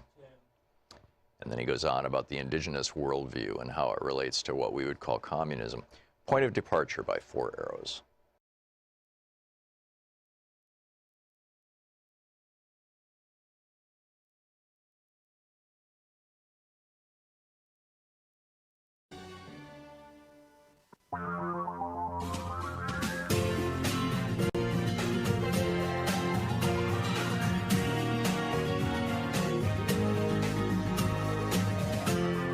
This is the Thom Hartmann Program. Hey, Congressman Ro Khanna is with us for the hour for a National Progressive Town Hall meeting. He's the vice chair of the Congressional Progressive Caucus. He represents the state of California's 17th District in the U.S. House of Representatives. Khanna.house.gov is the website, and Rep. Ro Khanna is his Twitter handle. I don't have a list of the committees he's on, but I believe you're on the Oversight Committee, Congressman Khanna, that's doing some deep dives into some of the really grody stuff here that went on in the last months of the Trump administration. I am, Tom. I mean, we discovered an email that Jeffrey Clark had sent then acting Attorney General Jeff Rosen, basically having a letter to the Georgia governor saying convene the Georgia legislature, the election is corrupt, and have the Georgia legislature send a Trump slate, and then saying that they ought to use that Georgia letter as a template for the other 6 states in a copy and paste job, basically asking those other 6 states to send Trump electorates. So you really had the weight of the Justice Department being used in a coherent plan to try to get the state legislatures to overturn the election. Well, and this is what happened in 1876. You know, Sam Tilden not only won the Electoral College, but also won the popular vote. But Rutherford Hayes became president because they just decided, because you had 4 states with contested elections as a consequence of the, the post-Civil War occupation. And in the case of Oregon, it was the Klan occupying the state. But, they just said, OK, we're going to, throw it to the House. Let the House decide this. You're absolutely right. I don't know the history as well as you, but here you actually had the Justice Department trying to instigate that. And, which is nuts. One of the things I found chilling about the whole thing is how savvy and strategic they were. Giuliani just looked like they were flailing around and didn't have a plan. But Clark at the Justice Department did have a plan. And if it weren't for Rosen pushing back and a few senior Justice Department officials refusing to go along with it, it may very well have worked. I mean, if you had the Justice Department writing to these Republican state legislatures and Republican governors, there's a good chance they would have actually tried to convene these state legislatures to send Trump slates. Yeah, when I was a kid, my best friend's dad was a professional magician, and we learned all these magic tricks and stuff. It was really a hoot. But, the main thing is that if you're going to do something, if you're going to do a magic trick with your left hand, you want people watching your right hand. And that's what Trump did. He had Giuliani out there, drawing all kinds of attention, just playing circus clown, while in the background with their left hand, they were trying to flip the Department of Justice. Where do you think this is going to go? I mean, this looks to me like really seriously criminal stuff. I think it is, and I think that's why Congress needs to be careful, because we need to think beyond just the day's headlines with the Select Committee. I mean, I'm sure they will call in Clark and Meadows and others, but I really think they need to coordinate with the Justice Department so that we don't do anything that prohibits the Justice Department from having a criminal inquiry. I mean, you literally have, in Clark's case, someone who is saying we need to call this corrupt and get the state legislatures to overturn the election. And the way you know the give about how you know that this is illegal is it's a copy and paste job. I mean, he's basically saying, I think the email says the Georgia letter can be the concept that we use in every other state. So it's not even based on the specifics of fraud in a given state. He's saying, let's just use this standard letter calling something corrupt and send it to every battleground state. Right, and now you've got a law in Georgia that says that if they believe that there's corruption in, say, largely black Fulton County, they can just not count those votes. They can just throw them out. Or they can put other people in charge of the individual precincts and, change the voting hours, change the polling places, decide which votes to take and which not, who gets a provisional ballot that ultimately doesn't get counted versus who does. I mean, it's a mess out there, Congressman, and I see that. It really is, and that's one of the reasons why people say, oh, we need to move on, we need to look forward. There's a reason of just accountability to look backwards, but there is also a reason to look backwards in terms of making sure that Republicans don't try this strategy again, because the template is still out there, and if there is no accountability for Clark, if people don't go to jail for what they tried, you can rest assured that they're going to try this again when you have a Republican nominee who loses a close election in any state. And with a country as polarized, almost all our elections are going to be relatively close. Yeah, and this is my rant today over at HartmannReport.com, is that John Ossoff, the senator from Georgia, and Mondaire Jones, the congressman from New York, have introduced basically a voting rights bill to amplify the idea that voting is a right in the United States. There are 135 countries that have in their constitutions said that voting is a right, and we haven't And so we're in company with Azerbaijan, Chechnya, Indonesia, Iran, Libya, and Pakistan. We're the and the United States. Those are the countries where voting is not an actual right in the Constitution.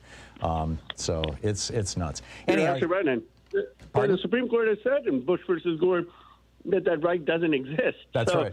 I mean, we've gone further in saying no, actually, it doesn't exist in presidential elections. So, yeah, I think what they're doing is overdue. Jesse Jackson Jr. actually started this back when he was in Congress in the 90s, and it's well overdue. Yeah, I'm with you. Is there anything else you wanted to highlight for anybody before we start picking up phone calls? I got a full board for you. Maybe two quick things. I think Cory Bush was just an incredible hero this week in getting the eviction moratorium overturned, showing the power of sort of one member of Congress to extend it and to change the president's mind. And the second, I thought your piece on Hartmann Report about the difference between the infrastructure bipartisan bill with a focus on privatization and the reconciliation bill, which really is the first rejection of neoliberalism and a role for government, was dead on, and why progressives are insisting that the reconciliation bill has to pass for the bipartisan bill to pass. Well, I think I think that we're seeing the beginning of the end of the era of neoliberalism. I just hope it happens before the 2022 election, because I think it'll be a big winner. Exactly. Yeah. Exactly. Okay, well, let's pick up some phone calls here. Norma in Montgomery, Alabama. You are on the air with Congressman Khanna. Thanks, Tom. Hi, Congressman. I'm forced to ask you a question because it doesn't do me any good to call my representative, Barry Moore. Here in Alabama, we have what's called inflation, and we have a lot of elderlies. And my neighborhood is full of elderly white people. Most of them were getting by on a SNAP card, which got cut under Trump. Now, food prices are going up to the point where these women and men who live on Social Security are going to be starving because the neighborhood cannot feed them all. Is there any way that you can get some type of help for Social Security people? We're also facing an increase in our power bill and our natural gas bill because each company is asking for a 10% increase this year to cover costs. Alabama Power is converting to natural gas, and we're going to pay for all of it, including the lawyers, the loans, and the interest fees over a period of time.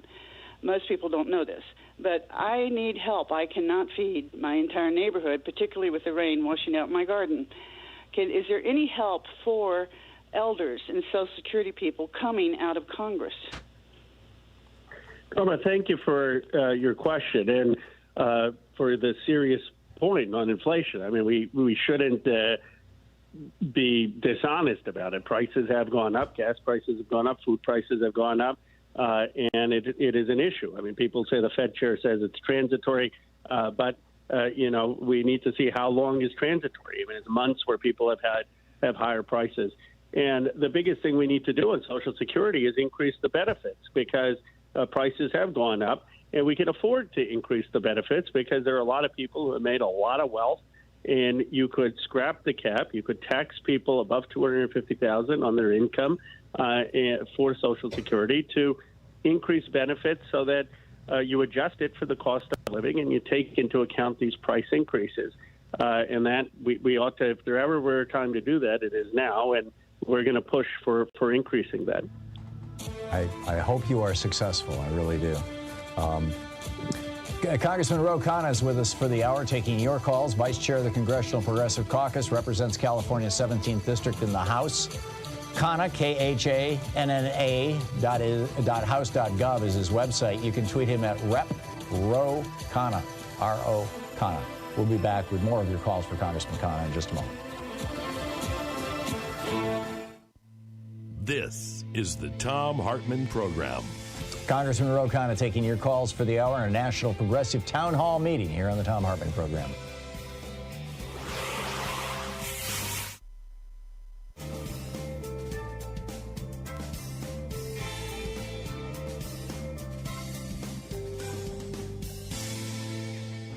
And welcome back. Joe in Cupertino, California. You are on the air with your congressman again. Tom, thank you so much. As we get ready to hunker down here again for another couple months, I had to cancel vacation plans because of this.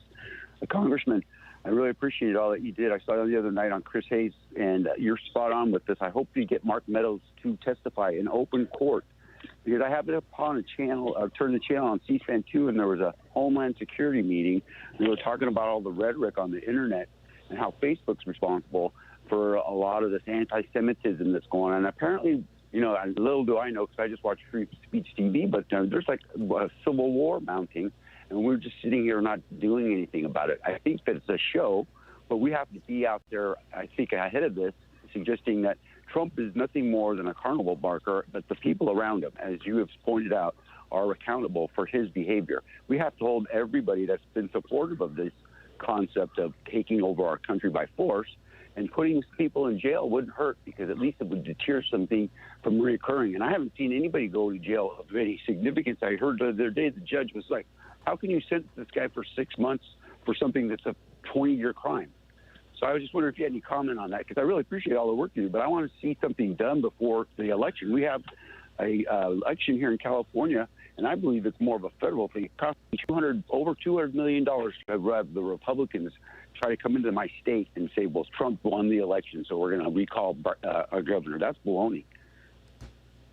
Joe, I agree with all of your sentiments. Look, I knew Mark Meadows on the Oversight Committee. We served together, and Mark Meadows actually would work across the aisle, and he'd work with Elijah Cummings. And he was very, very conservative, but someone who actually did constructive work. But I think what happens, and I've seen this again and again, is you go in and you work for Trump, and you just lose all sense of morality. And you saw this, the people who didn't were the ones who got out and resigned.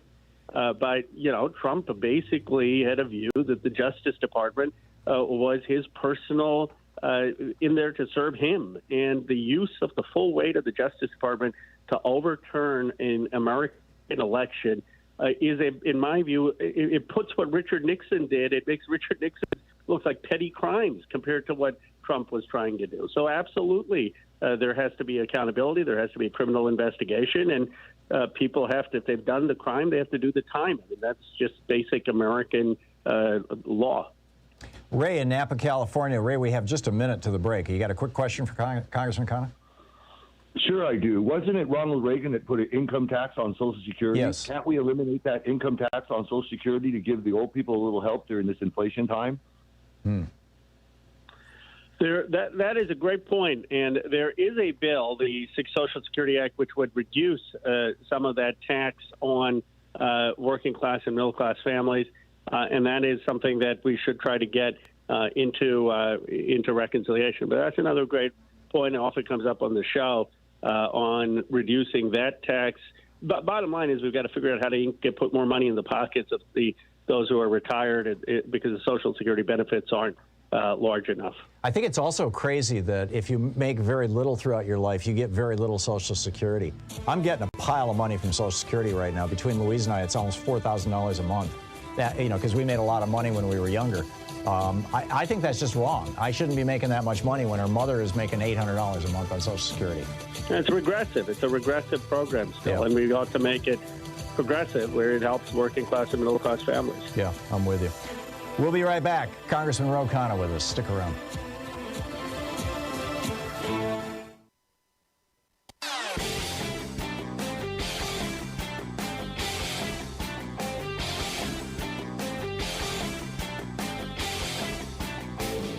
Hey, thanks so much for sharing our program and for reaching out to our stations and sponsors and letting them know that you're listening. It really means a lot to us. So David Perry over at Medium.com put together a list of 38 reasons to investigate the Trump administration. Everything from the Russian influence over the 2016 election to the Trump family's collusion with Russia to Ivanka Trump's trademarks to federal spending at Trump properties to the civilians killed by Trump's drone strikes to the Trump administration's role in turning the United States into the global epicenter for the COVID-19 pandemic. Yes, we are. Yes, it's grim. Their decision to sideline the CDC, politicizing mask wearing just to try to get himself reelected, the number of people who died because the White House kept PPE from blue states, from Democratic-led states, the contents of the Trump documents that Trump refused to release to the House Judiciary Committee and other committees, all the people who wouldn't speak, at all, ignoring subpoenas, violations of the Hatch Act, the deportation of COVID-positive immigrant families, illegal altering of records. Anyhow, there's a whole list. It's over at thomhartmann.com. Check it out.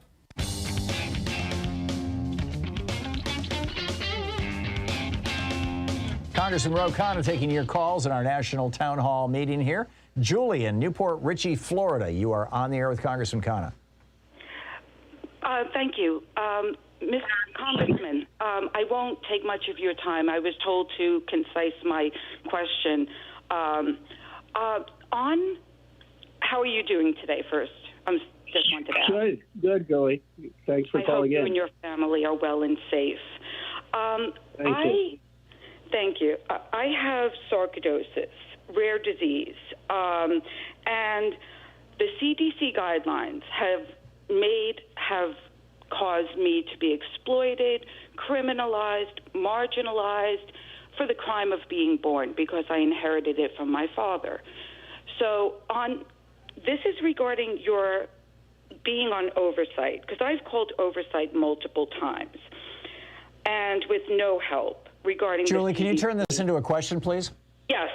On December 18th, 2015, Oversight Committee wrote a letter to Dr. Tom Frieden regarding Julie, what's their your question? concern. The question is, Julie, I'm sorry. We just can't do that. Scott in Chicago, you're on the air with Congressman Khanna. Gentlemen, read an article from NBC News earlier stating that there's going to be a statement released by the victims of victims' families, first responders of 9/11, that are not welcoming President Biden to the 3 anniversary 9/11 events because they won't release the information that they believe implicates Saudi Arabia. So I just want your take on this. As a progressive congressman, when you get to national security, I take that as none of your beeswax. But as a progressive congressman, is this something that you feel should be available to the citizens to see?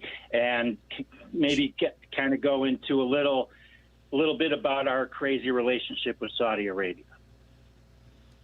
Scott, thank you for raising this. I actually tweeted out just this morning that absolutely the 9/11 families deserve to know the truth about Saudi Arabia's role in 9/11. Those documents should be declassified. President Biden said that he would provide those documents. He should. And Saudi Arabia continues to take heinous action in Yemen, the biggest humanitarian crisis in the world. They're still bombing there. They're still blockading there. And I believe that they were very involved in 9/11. We ought to know the extent of it. So I support the families in seeking that information, and I and other members of Congress will push the administration to release it. Thomas in Columbus, Ohio, you're on the air with Congressman Khanna. Yes, hi, Congressman. It's Tom. How you doing today? Good. Please get right to your question. My question is, in light of the Supreme Court's support of the voter suppression laws and the very real possibility that the Foreign People Act will not get passed, what can Congress do to get rid of those voter suppression laws? Well, Thomas, Congress has to pass a law to get rid of the state voter suppression laws. There's nothing we can do if we're not willing to pass the law, and we have passed it through the House. So the only way it's going to pass through the Senate is if there is an exception to the filibuster. We need to have that exception. And I've said very plainly, because I'm pretty blind, is any meeting or that happens at the White House or with politicians, if we're just talking about what we need voting rights, really has little meaning unless there's a commitment to have an exception to the filibuster. That's the only thing that's going to get it passed in this Congress. Sandy in Angelica, New York. We're down to about a minute here, Sandy. You got a quick one? Oh, mine's quick. Yep. I just want to ask, and hi, I'm Sandy Shellis. I want to ask about the Interior Department approval of the permits. My question is on public and tribal lands. Were these things applied for prior to President Biden taking office? These drilling permits. Sandy, I don't know whether they were applied for before President Biden took office. I am concerned that the approval process has been too lax, that too many of these have been approved. The president was very clear he was not going to allow new drilling on federal lands. And my understanding is that permits for federal land drilling has been approved under his watch, and that shouldn't happen. Congressman Ro Khanna is with us for the hour, taking your calls in a National Progressive Town Hall meeting. Congressman Khanna is a vice chair of the Congressional Progressive Caucus, represents the 17th District of California. You can find his website at Khanna, KHANNA.house.gov, and you can tweet him at Rep.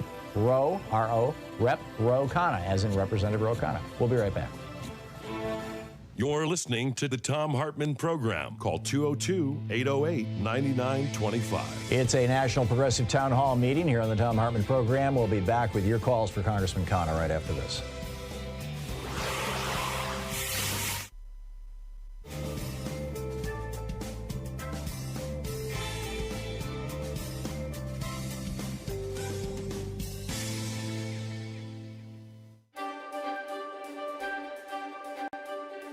It's the Thom Hartmann University Book Club, and today we're reading from Arundhati Roy's brilliant book, Capitalism, A Ghost Story. This is from the afterword, at the very end of the book.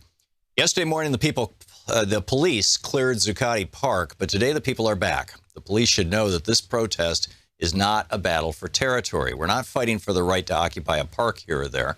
We're fighting for justice. Justice is not just for the people of the United States, but for everybody. What you've achieved since September 17th, when the Occupy movement began in the United States, is to introduce a new imagination, a new political language into the heart of the empire. You've reintroduced the right to dream into a system that tried to turn everybody into zombies, mesmerized into equating mindless consumerism with happiness and fulfillment. As a writer, let me tell you, this is an immense achievement. I cannot thank you enough. We are talking about justice. Today, as we speak, the Army of the United States is waging a war of occupation in Iraq and Afghanistan. U.S. drones are killing civilians in Pakistan and beyond. Tens of thousands of U.S. troops and death squads are moving into Africa. If spending trillions of dollars of your money to administer occupations in Iraq and Afghanistan is not enough, a war against Iran is being talked up. Ever since the Great Depression, the manufacture of weapons and the export of war have been key ways in which the United States has stimulated its economy. Just recently, under President Obama, the United States made a $60 billion arms deal with Saudi Arabia. It hopes to sell thousands of bunker busters to the United Arab Emirates. It has sold $5 billion worth of military aircraft to my country, India, my country, which has more poor people than all the poorest countries of Africa put together. All these wars, from the bombing of Hiroshima and Nagasaki to Vietnam, Korea, Latin America, have claimed millions of lives. All of them fought to secure the, quote, American way of life, end quote. Today we know that the American way of life, the model that the rest of the world is meant to aspire toward, has resulted in 400 people owning the wealth of half the population of the United States. It has meant thousands of people being turned out of their homes and jobs while the U.S. government bailed out banks and corporations. American International Group alone was given $182 billion in the bailout. The Indian government worships U.S. economic policy. As a result of 20 years of the free market economy, today 100 of India's richest people own assets equal to 1/4 of the country's GDP, while more than 80% of Indian people live on less than 50 cents a day. 250,000 farmers driven into a spiral of death have committed suicide. We call this progress and now think of ourselves as a superpower. Like you, we are well qualified, we have nuclear bombs and obscene inequality.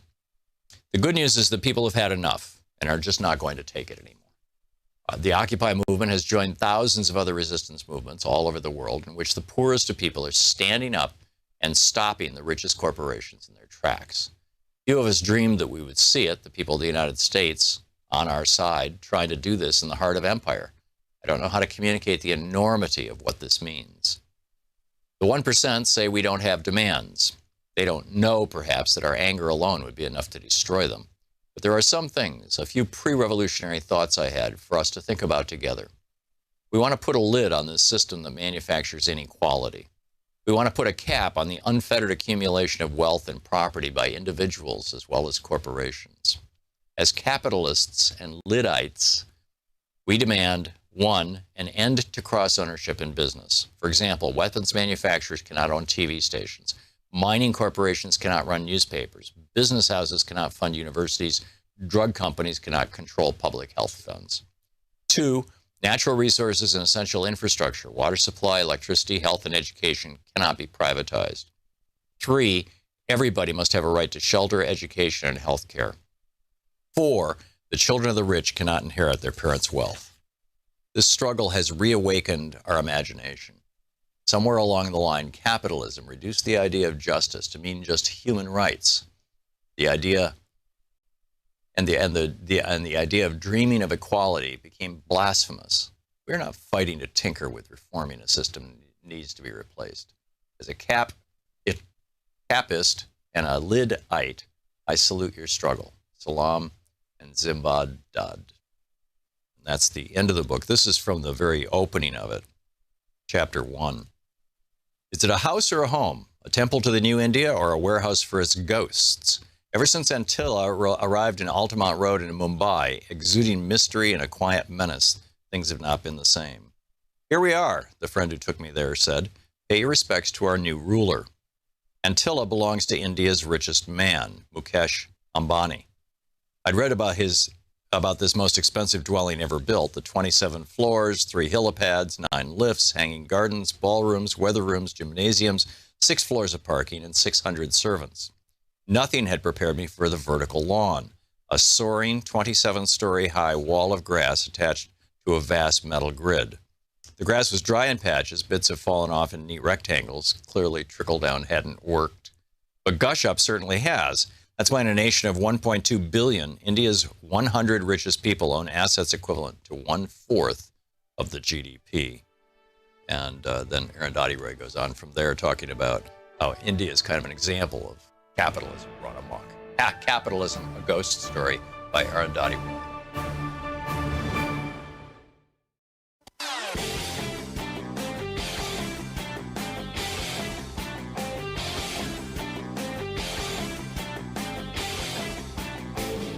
Change starts with you. You can be calling your Democratic or Republican representatives to let them know what you think by calling 202-224-3121. It's the Capitol switchboard. It'll get you right through to them. So people wonder, why militias all of a sudden? How is it that all kinds of Americans are showing up with assault weapons in the Capitol building trying to assassinate the Vice President of the United States and the Speaker of the House of Representatives and stop the counting of the presidential votes, the Electoral College votes? Where did this come from? You know, the last time we saw an armed uprising against the federal government in the United States was 1861. It was the Confederacy. Is this a Confederacy rising again? Well, yeah, there is a huge white supremacist element to it. In fact, I'd say it's one of the primary animating impulses. But what really got these things going, these militias going, was the Heller decision written by the opinion written by Anthony Scalia and published on June 26, 2008. And it has crazy language in it, basically begging for militias. I share it with you in a special video over at thomhartmann.com. Check it out. And welcome back to our Progressive Town Hall meeting with Congressman Ro Khanna taking your calls for the hour. And Jack in Warren, Michigan, you are on the air with Congressman Khanna. Good afternoon, Congressman. I'd like to talk about the DEA and the opioid crisis. Jack, have you called in previous weeks about this topic? No, I have not. Okay, I'm sorry. Go ahead. Okay. Here's the thing. Healthcare professionals are being targeted by the DEA because of FDA guidelines. Even these FDA guidelines are coming out of the CDC. The CDC research on this, I'm a researcher also. The CDC researcher, if you look at the position paper that the CDC published, it clearly states that these guidelines are to be taken with a grain of salt because the quality of the research is substandard. But instead of looking at the trends, now here's what happened. In 2016, the Office of the Inspector General took the DEA to task because they were ineffective in fighting the opioid epidemic. But what happened in 2016 is that the oral opiates that are prescribed the overdose deaths, instead of having an upward trend with those medications, they actually had a downward trend. So, Jack, what's your question for Congressman Khanna? My question is it possible that we can have some sort of oversight over the DEA, because they're not really doing their mission? Their mission is skewed. Thank you, Jack. Well, Jack, every week I get a question like this, and I've heard the concerns that oversight will be looking into this because the pendulum may have swung too far. I mean, we needed regulations to go after the Sackler family and the pharmaceutical companies that were prescribing opioids and painkillers without any concern for the addictive quality. But now the regulation may have swung to the opposite direction, where people who do need basic medicines and for chronic pain aren't being able to get them, and doctors are being held accountable or liable and fearful of prescribing even things that are necessary. So we need to make sure that there's appropriate balance, and we will look into it. Steve in Atlanta, Georgia, you're on the air with Congressman Khanna. Hey, I got a solution to how to get these unvaccinated people vaccinated. And Representative Khanna, you can tell President Biden, Steve told you this, but I think it's just time we need to start giving everybody money. Here's $50, come get your vaccination, or $100. What do you think? Steve, I'm open to that. Actually, John Delaney, who ran for president, member of Congress, and no longer in Congress, proposed that right in the beginning. He said, why don't we pay people to get vaccinated? And I didn't take it as seriously back then, but now it seems that there may be something to that idea. I certainly think we ought to look at it and need new creative approaches to solve this. Chris in Littleton, Colorado, you are on the air with Congressman Khanna. Yeah, hello. Can we pass laws to hold all elected officials accountable to legal laws, to the Constitution, and to their oath of office, and make the penalties disqualification from office and jail time? I think most Americans would support that. Isn't that already, Congressman, pretty much the essence of either Part 2 or Part 3 of the 14th Amendment? Yes, Chris. I mean, and Tom, I mean, that is the current law. The problem is it's not enforced. I mean, the reality is that if I violate the constitutional oath or violate any law, I should be impeached, removed from office, and I should face the penalties under a Justice Department investigation. So the problem isn't with the laws, it's with the enforcement of the law that people who do criminal acts aren't being held accountable. And we could start with some of the most egregious ones, which were committed under Donald Trump. Jim in Santa Fe, New Mexico, you're on the air with Congressman Khanna. Hi, Mr. Congressman. Thank you very much, and I respect you.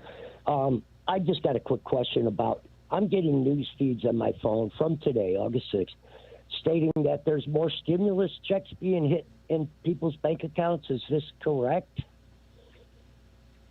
Jim, no.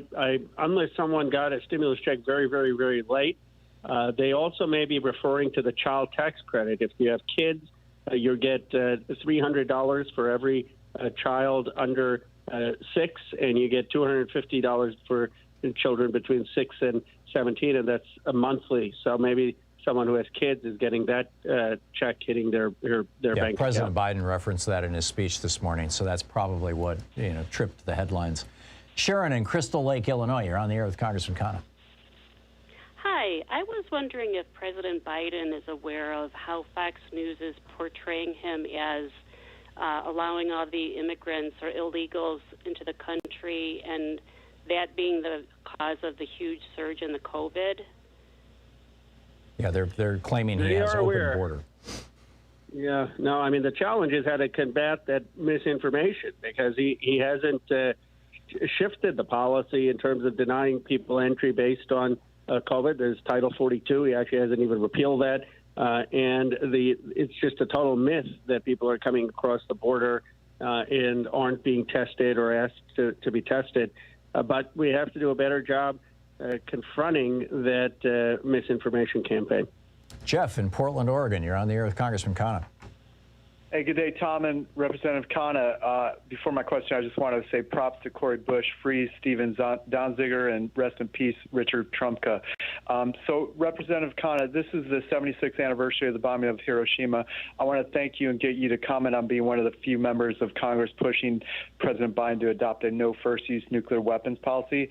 And also, since the military is the biggest institutional emitter of greenhouse gases, and neither the Kyoto Protocol nor the Paris Agreement have any requirements to reduce military CO2 emissions. Is there any effort in Congress to have military emissions included in the upcoming UN Climate Change Conference? Thank you, guys. Have a good day. Thank you, Jeff. Well, I support no first use. President Obama came very close to making that U.S. policy and then decided not to do it at the last moment. I think it would make the world safer. It would make the United States safer because you wouldn't have anticipatory attacks on our nuclear facilities in a way that could escalate. So we need to get there. I also agree with you that reducing the carbon footprint of our military could be dramatic in tackling the climate crisis. And we have the military already has a goal of about 25% reduction in emissions. We ought to up that to 50% and eventually to get them to a carbon neutral place. And I think that they could actually lead and set the standard for the private sector. Tim in Arkadelphia, Arkansas. You're on the air with Congressman Khanna. Yes, we're trying to find out if they know anything about these subpoenas that are supposed to come out, when and how many, or any new news that they might have on that. Do you mean from the January 6th Commission or Yes. panel? Yeah. Thank you, Tim. Tim, I'm not at liberty to speak about sort of specifics on who they plan to call, but I would just say that there is a lot of interest in figuring out who was behind the efforts of the Justice Department to overturn the election by calling state legislatures and governors to do that and putting out that it was corrupt when there was no evidence for that. So that is going to be a big focus of the commission.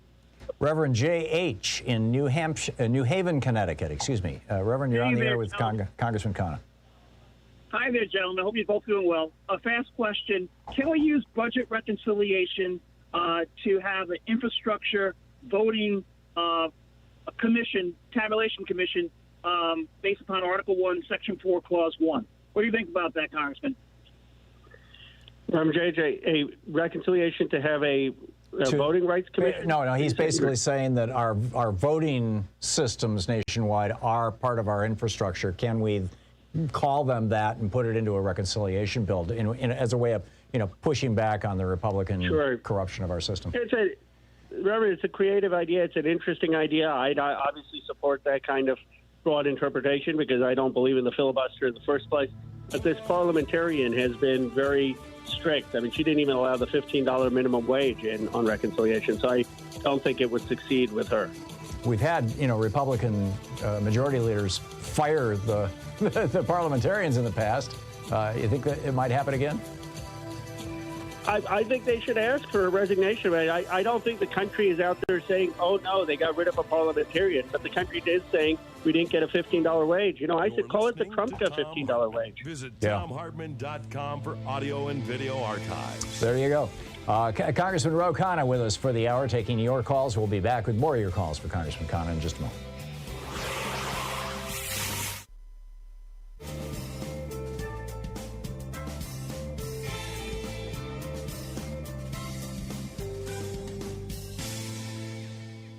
And welcome back. Grant in Ventura, California. You are on the air with Congressman Khanna.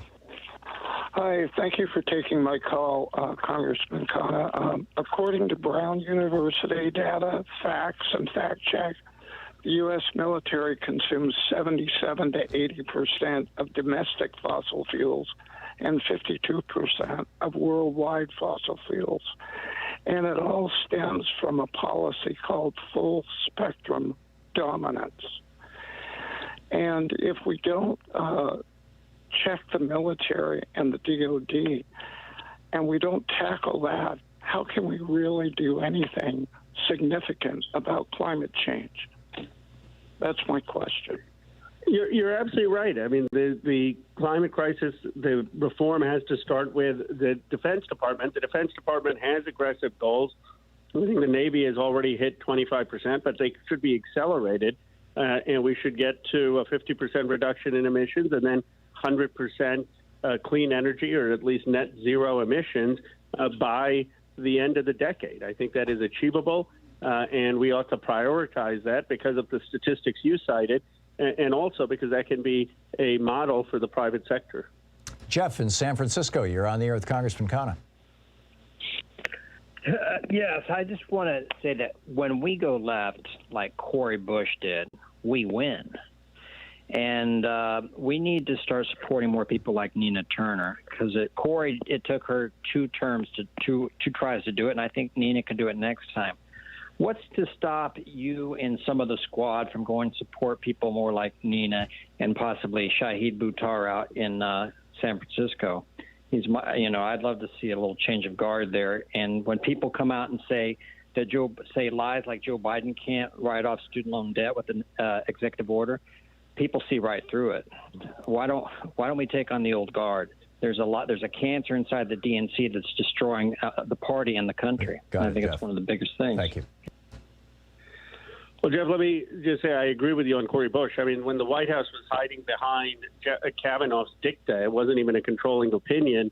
Obviously, Bush called them on it and led many of us to do the same. And the president reversed because it was very authentic, her protest. And obviously, she speaks about being unhoused from personal experience. And I really commend her. I also supported Nina Turner. It took me 2 tries to get to Congress. It took Cori Bush 2 tries. It's absolutely possible that Nina could build on her 44%. Remember, Bernie lost that district 2-1 to Hillary Clinton. So 44% is considerable progress. And in general, I agree with you that we need to run more progressives and seats across this country, and they can really help change the policy framework. We have 30 seconds to the break. Does the Progressive Caucus involve itself in the politics of individual races and things like that, or is it more just policy that you all look at? No, we were very involved. We endorsed Nina Turner, and we endorse in open races. It's hard for the Progressive Caucus to get involved in races where you have a sitting Democratic incumbent, but individual members do get involved even in those races. And as a caucus in open seats, we do endorse. Thank you. Been wondering about that. Congressman Ro Khanna with us. We'll be back in just 1 minute after I read a quick ad on the commercial side over on SiriusXM and whatnot. Stick around. Congressman Khanna taking your calls. He's vice chair of the Congressional Progressive Caucus. Khanna.house.gov is his website. You can tweet him at Rep, as in Representative Rep Ro Khanna. We'll be right back.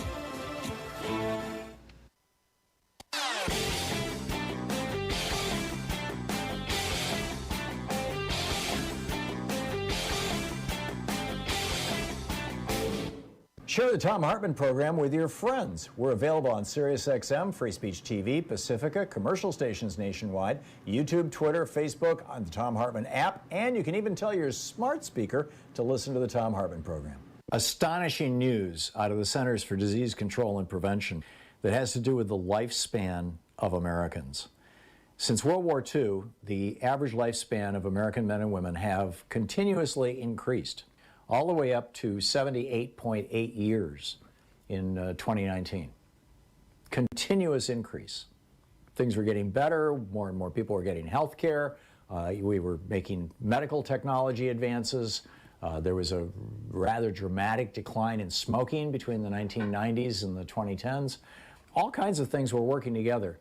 And then came Donald Trump's response to COVID-19. Causing America, with 4% of the world's population, to have 20% of the world's deaths. The result of that has been extraordinary. For the first time since World War II, American life expectancy has declined. It's all over in a new video for supporters of our program over at ThomHartmann.com.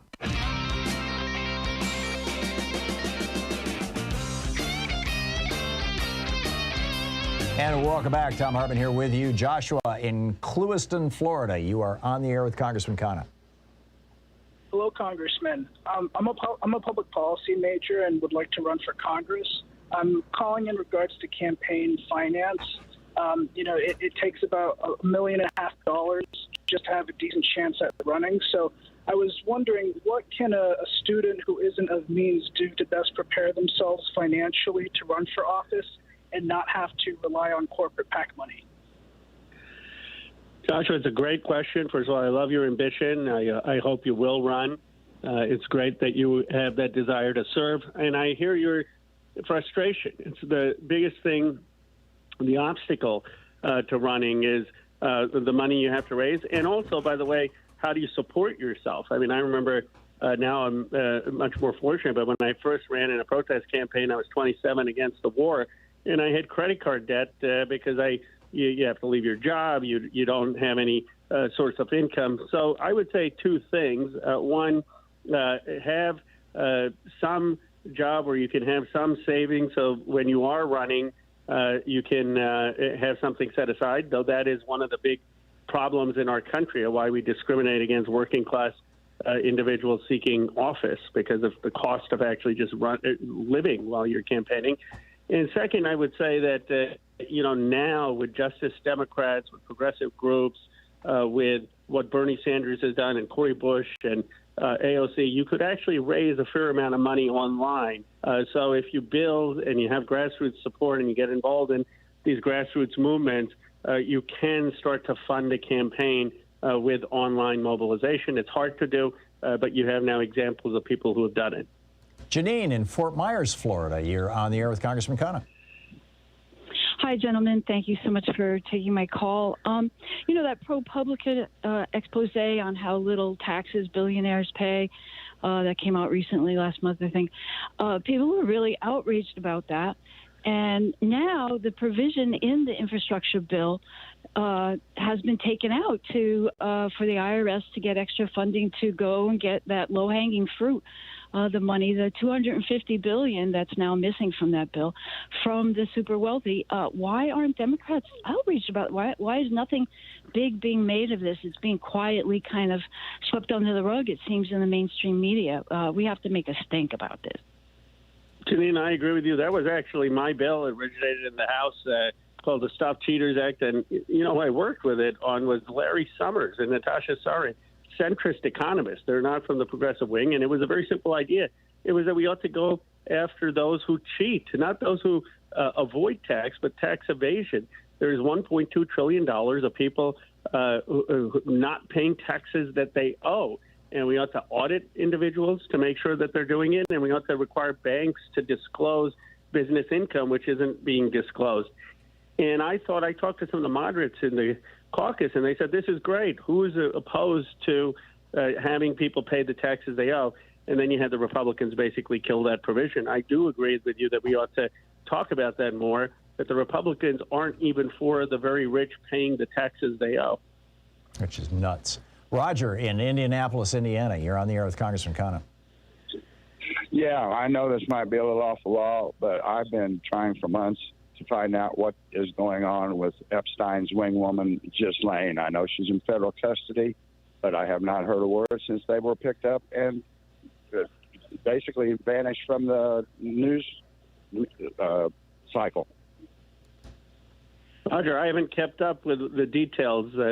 I'm happy to look into it if you could call our office, but I haven't kept up with it.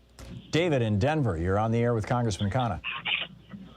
Hey, Congressman, thanks for having me. And hey, Tom.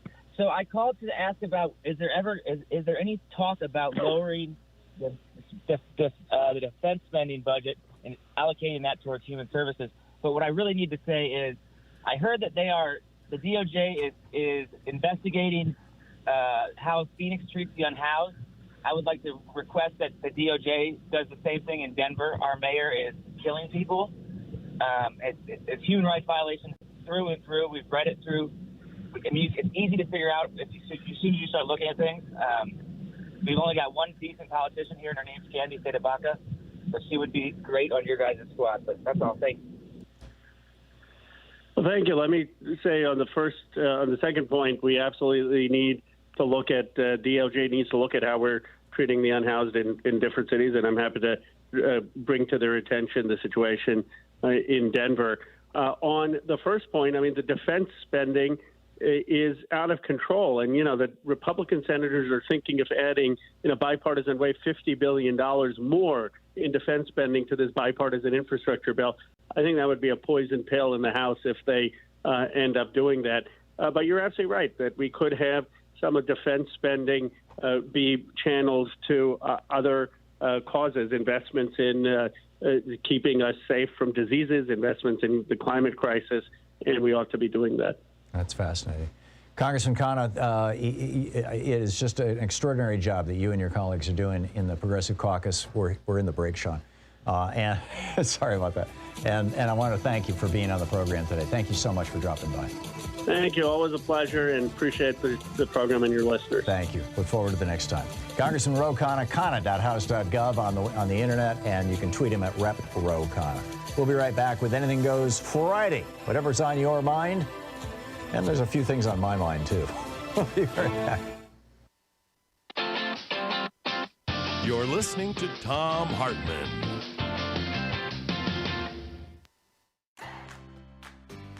These companies support the Thom Hartmann Program. They are HelloFresh, the #1 meal kit delivery service. More information at HelloFresh.com, code TOM. CB Distillery for sleeping and pain relief. More info at cbdistillery.com, code TOM. Dinovite, only the best all-natural pet supplements. More info at dinovite.com. Annie's Kit Clubs, creativity delivered right to your door. More info at annieskitclubs.com/Tom. Wild Alaskan Company, delicious, sustainably sourced seafood delivered right to your door. More information at wildalaskancompany.com/Tom. And Mack Weldon, reinventing men's basics. More info at mackweldon.com/Tom.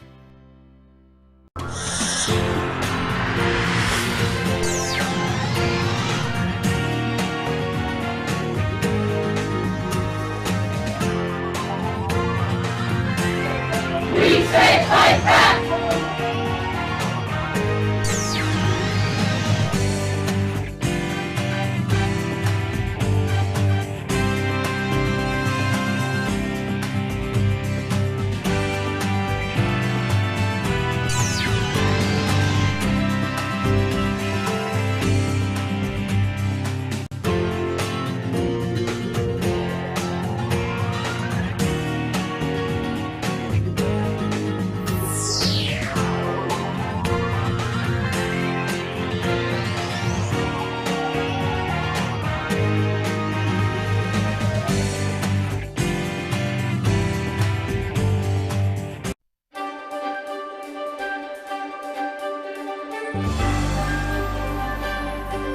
Today from a book by Four Arrows, also known as Donald Jacobs or Don Jacobs. It's titled Point of Departure, Returning to Our More Authentic Worldview for Education and Survival.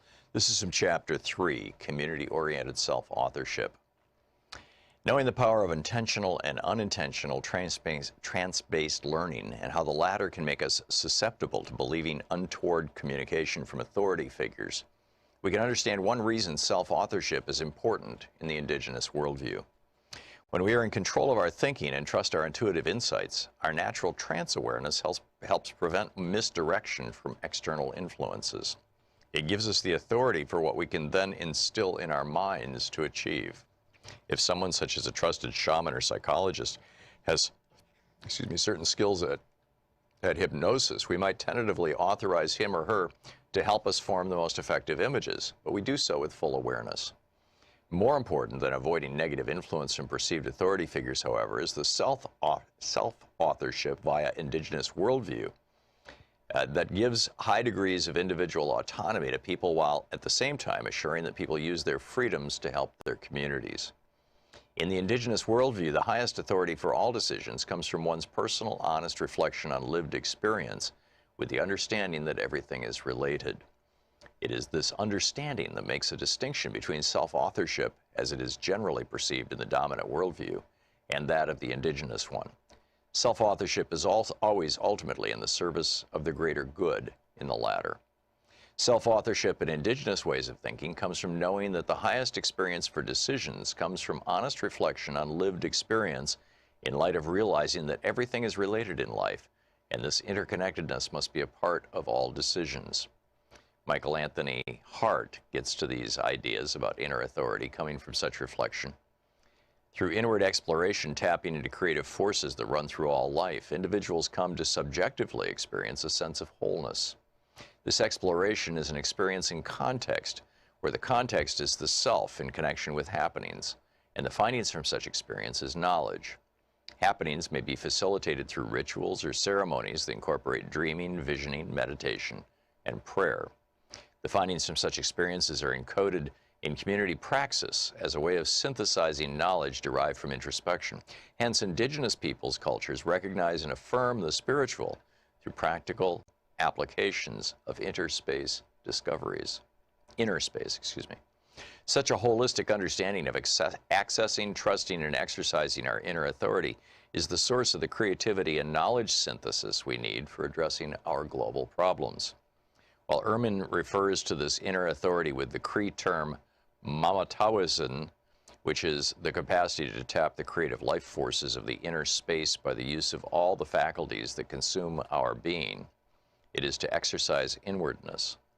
This understanding is missing from our dominant worldview, where objective-based outward exploration is sought for guidance rather than introspective knowledge development. Dependence on external authority is the rule in spite of the call to question authority that has always resonated on the fringes. Under the dominant worldview, obedience trumps community-oriented self-authorship. Decision-making is rarely a holistic process, nor does it utilize alternative states of awareness, deep reflection, and community praxis. The random quotations below, selected from an internet search, reveal that obedience to authority is common under the dominant worldview. Obedience to lawful authority is the foundation of manly characteristics by Robert E. Lee. All religions have based morality on obedience, Alexander Herzen. Obedience brings peace in decision-making, James Faust. Justice is the insurance that we have on our lives and property. Obedience is the premium we pay for it, William Penn. I was not born to be free. I was born to adore and obey, C.S. Lewis. Every game has rules. Life's a game that has its respective rules. Obey the rules, win the game, Israel Ahavor. A wolf cannot have more than one head, or it tears itself apart, Con Iggulden. From a social dissident on the fringe, Noam Chomsky wrote, any dictator would admire the uniformity and obedience of the U.S. media. From an indigenous-raised Lakota, Oyessa, the American Indian was an individualist in religion as in war. Reliance on external authority is not only the bedrock of choices in mainstream society and the main approach to moral development, but it also gives guides jurisprudence and conflict resolution. Authorized punishment or revenge is a primary goal for wrongdoing. Under indigenous worldview, bringing offenders back into community via affected members of the community is the goal. This relational approach expands the circle of land and seeks input from the wide circle of relevant people. Spiritual resources are employed via prayer or song, and subjectivity is as important as objectivity. Hart emphasizes this relationship as emphasizing spirit and spirituality, and in turn, a sense of communitism and respectful individualism. And then he goes on about the indigenous worldview and how it relates to what we would call communism. Point of departure by 4 arrows.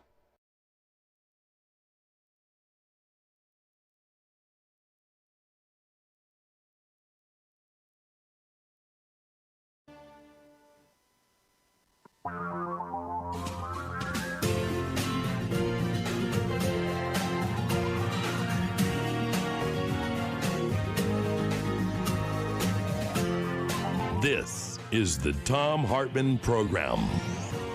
And welcome back to Anything Goes Friday. So, was it yesterday? Yeah, yesterday morning, Louise and I were walking into work, and I'm like, what's that big orange thing in the sky? Is that a UFO? No, it was the sun. It was rising in the east. And of course, there's all these forest fires here in Oregon to the east and the south of us. It's getting grim. And now there's in the news. I just want to flag these things for you. We've talked many times on this program. In fact, I wrote about this in one of my ADHD books back 15 years ago. And I wrote about it in The Last Hours of Humanity, my really scary climate change little kind of booklet. It's only about 100 pages. About the collapse of the Gulf Stream, the collapse of the North Atlantic meridional overturn current, whatever it's called. The Great Conveyor Belt is how it's referred to in popular literature and how I remember it.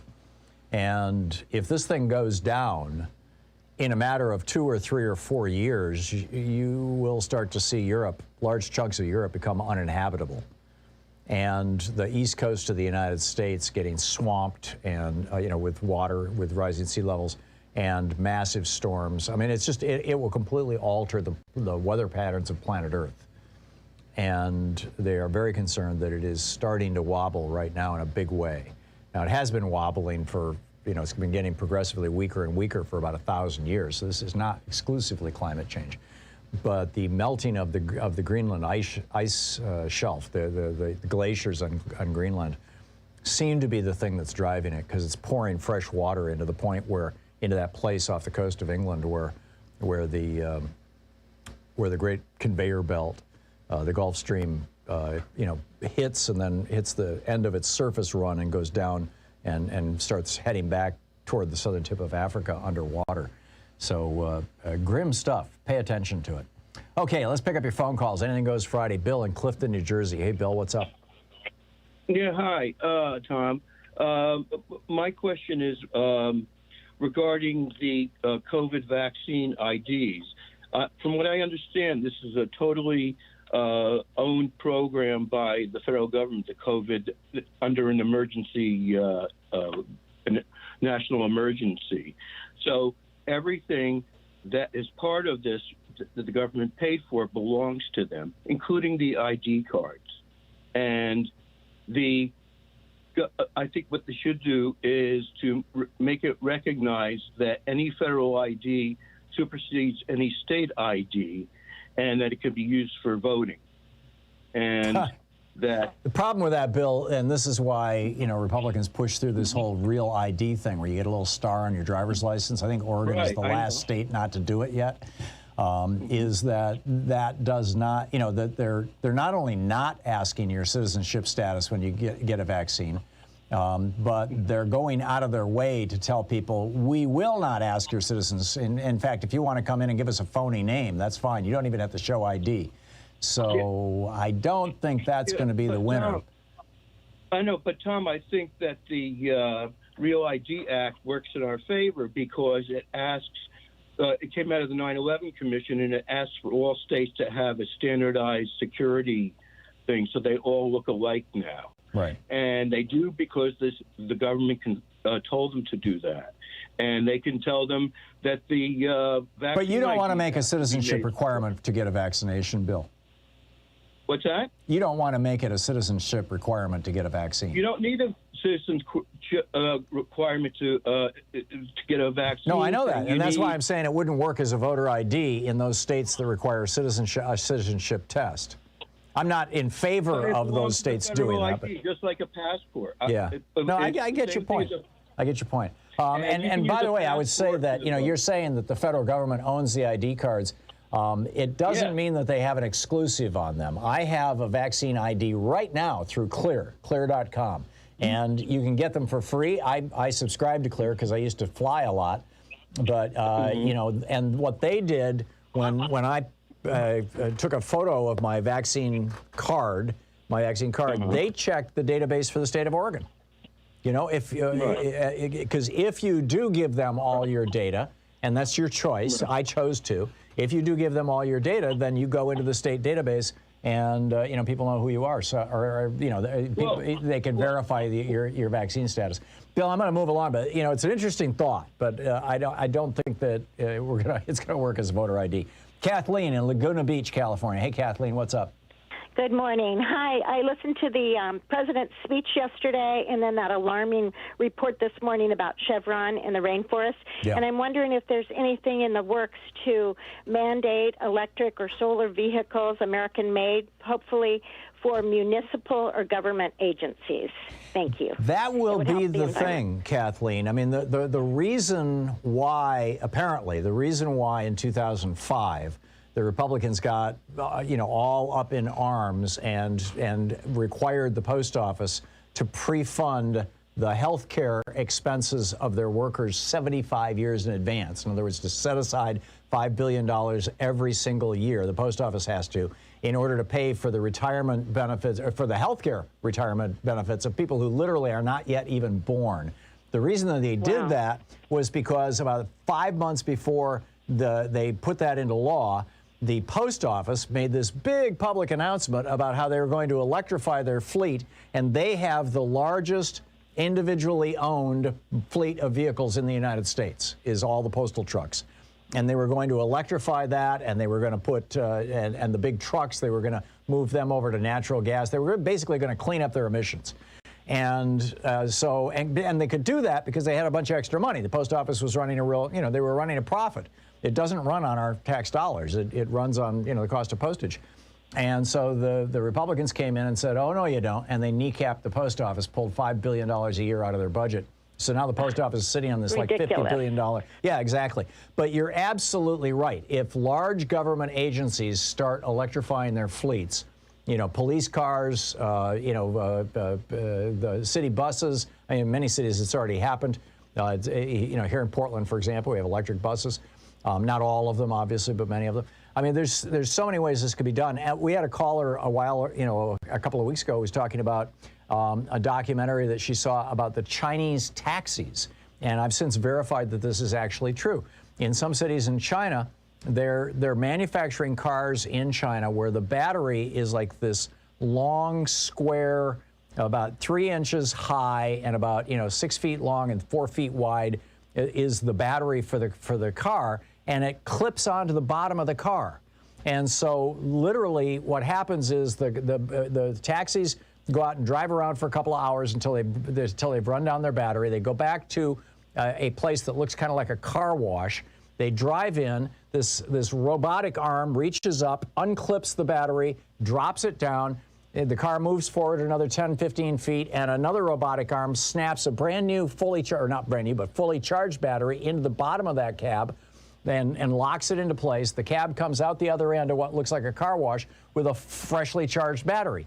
And so it can run for another 3 or 4 hours. I mean, and China is like leading the world in this stuff. They are literally making these kind of taxis, making these kind of drive-through recharging stations where they put a whole brand new fresh charge in the cab in less than 3 minutes or less than 5 minutes certainly. And it's just amazing. I mean, there is so much that can be done. There's so much innovation that could come out of this. And we need to get, with the program. You're absolutely right, Kathleen. And they need to be American-made by union labor. So I appreciate your insight. Thank you, Tom. Thank you, Kathleen. Thanks for the call. Step by step, we'll get there, right? But we've got to get there before we destroy the great conveyor belt and all the forests in America and around the world. Lebanon's on fire right now. Greece is on fire. China's on fire. This is the Thom Hartmann Program. We'll be back with more of your calls on Anything Goes Friday right after this.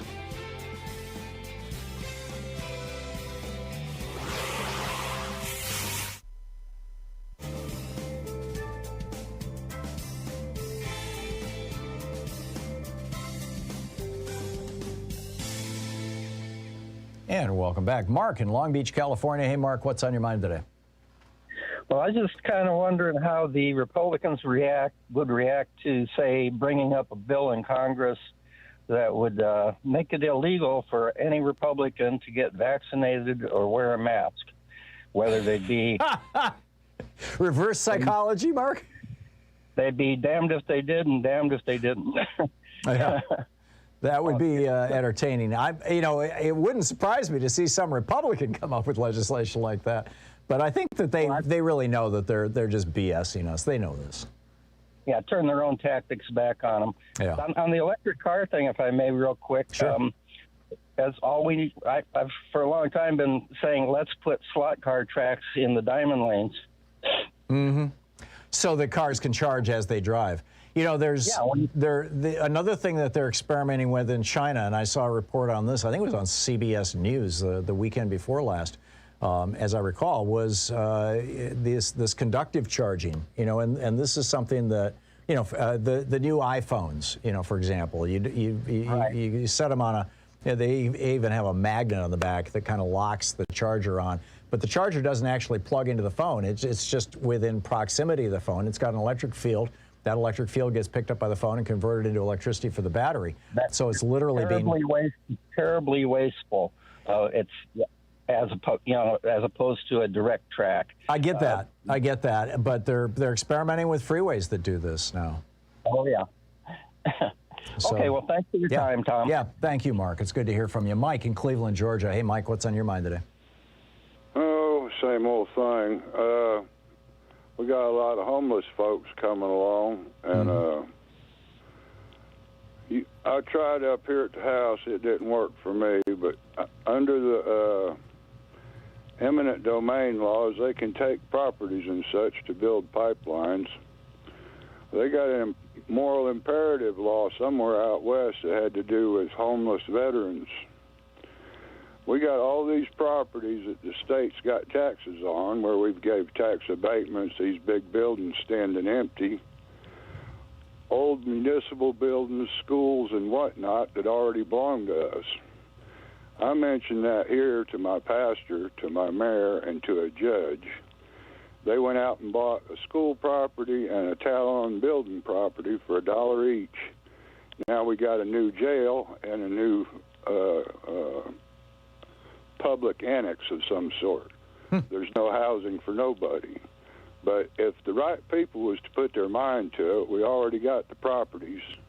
We just need some folks to get their mind to fixing it. To convert them to homeless shelters, essentially, or actually even more like SROs, like, you know, single residence occupancy. Is that? We're whole families that don't have to be broke up. You can get a woman's camp or you can get a man's camp, but they all got so many conditions and peculiarities and people that's on the tit that you can't get anything done. It needs to be something where folks can work together to survive in a real fashion. Yeah. It seems that you're absolutely right. We do have a lot of unused federal properties and abandoned properties all around the country. Mike, thanks. Thanks for the call. Fascinating. 20 minutes past the hour. You know, we get some great ideas here. 20 minutes past the hour, or 19 minutes past the hour. We'll be back in just 1 minute. Stick around.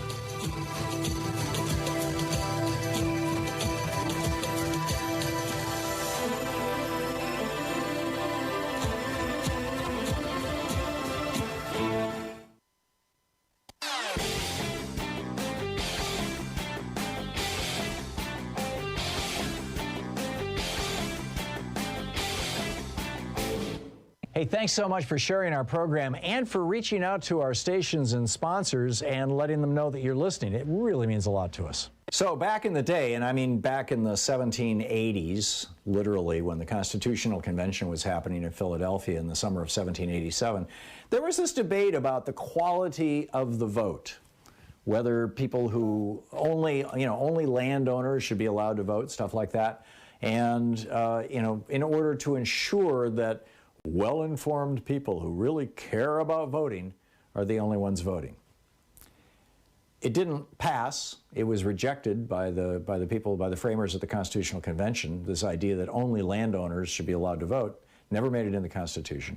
But a variation on this is now being proposed in the Arizona legislature. And State Representative John Kavanaugh, who's the chair of the committee that's pushing this legislation, says the quality of the vote is important. We have to look at the quality of votes as well. I've got a new video all about this for the supporters of our program over at thomhartmann.com. Check it out. And we'll welcome back Connie in Minneapolis. Hey, Connie, what's on your mind? Line 3, the Enbridge Corporation's pipeline, that if it is installed would be the carbon equivalent of 50 new coal plants. Oh, my God. And Kerry, I heard him talking, and he was very critical of China and other countries for installing new coal plants, but he didn't say one word about Line 3. And it's going through one of the most pristine areas left on Earth, which holds 40% of America's fresh water. There's lakes, streams, and rivers you can drink out of up there. And they're fracking tunnels under 69 rivers, one river 5 times. When their fracking chemicals leak and rise to the surface, it's called a frack out. And last I heard, there were 9 frack outs, some with multiple leaks. For instance, the frack out on the Mississippi has 3 places leaking fracking fluid.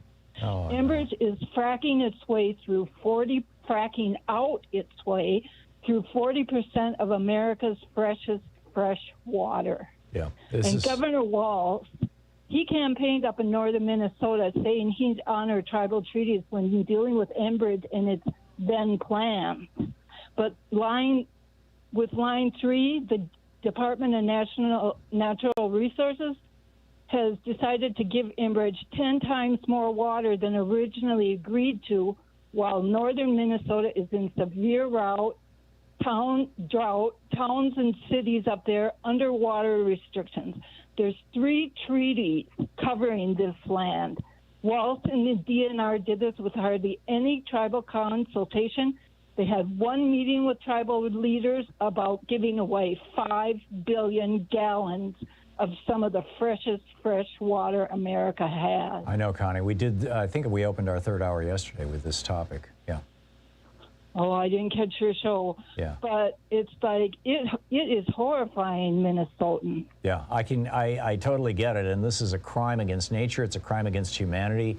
And my understanding is much of it is just to get this heavy oil down to Texas so that the refinery that I believe is still owned by the Koch Industries can turn it into oil and sell it to overseas markets, which is nuts. China especially. Yes, thank you. And, they get the oil, we get the poisons and the toxins. Connie, thank you for bringing this up. It's an important issue. Thomas in Mossy Head, Florida. Hey, Thomas, what's on your mind today? Hey, Tom, I just want to clarify something that your caller yesterday was speaking about having a hard time getting ammunition. It was too late for me to call in. What it is there's a local gun shop here in North. You still there? I am. I'm listening, Thomas. Oh, okay. I'm sorry. Yeah, anyway, there's a gun shop here in a small town. And I went in there just for the heck of it, and it's all run by Special Forces. I said, what's the chances of buying some 308 that fits an AK-47? He goes, are you Special Forces? I said, I was, yeah. He goes, are you Republican? I said, yes, sir, which I'm not. He goes, well, how do you feel about black? But he used the N-word. I said, don't really care for him. He goes, okay, how much you want? Wow. I said, I don't know what kind of deal can I get. He goes, I can give you a good price on 1,000 rounds, or an even a better price on 2,000 rounds. He goes, do you need any double-up buckshot for your shotgun? I go, yeah. He goes, I can get you the same deal. And I said, okay, I'll get back to you. So if you go in and say you're going to shoot black people, they will sell you ammunition, but otherwise they're out? Is that what you're saying? Well, no, it's just the fact that you go to Walmart or something like that, you can buy, maybe 50 rounds. This guy was willing to sell me thousands of rounds. Right. If I was a Republican and I didn't like black people. Wow. Amazing. Thomas, thank you for your contribution to that conversation. That's grim. That is very grim. Wynn in Solon, Maine. Hey, Wynn, what's on your mind today? Well, I just thought I'd call and talk about the 3rd COVID shot. When this COVID stuff first started, I was the scientist calling in saying, hey, testing. Well, I went out of my mind when essentially no testing was done in this country. It was driving me nuts. And so when they finally did get the vaccines, I went and got the Moderna shots, and I got the 2 of them. And I was elated. Okay, this is cool. But then my good feelings about everything gradually, day by day, being diminished. because of the stupidity of everybody not getting COVID shots in this country. Half the country, you know. Well, we're surrounded by idiots. Yeah, absolutely. And I'm just going nuts, you know. And I says, you know, here I am. I'm over 65. I've got risk factors. You know, these guys are going to keep us from getting past this. So forgive me for hurrying you, but we got 20 seconds. What did you do? So I finally said, the heck with it. I don't want these shots to go bad without getting a third shot. So, because they're just going to be thrown away, and these idiots aren't using them. So I went down. I got a third shot. Yesterday. No problem at all. No ID, and these people are more than willing. You didn't have to BS them about who you were or anything? You just said, I want third shot, or you just pretended like it was your first shot? I didn't pretend. I just said, I'm here to get a COVID shot, and they said, fine. Boom. Told no lies. I would encourage anybody that can and is willing to do it to go ahead and do it. To do the same thing. Especially in the southern states where it's just going nuts, and a lot of these vaccines are going to waste. Wynn, I totally get it. Thank you. Thank you. You're listening to the Thom Hartmann Program. Call 202-808-9925. It's Anything Goes Friday. Back with more of your calls in just a moment.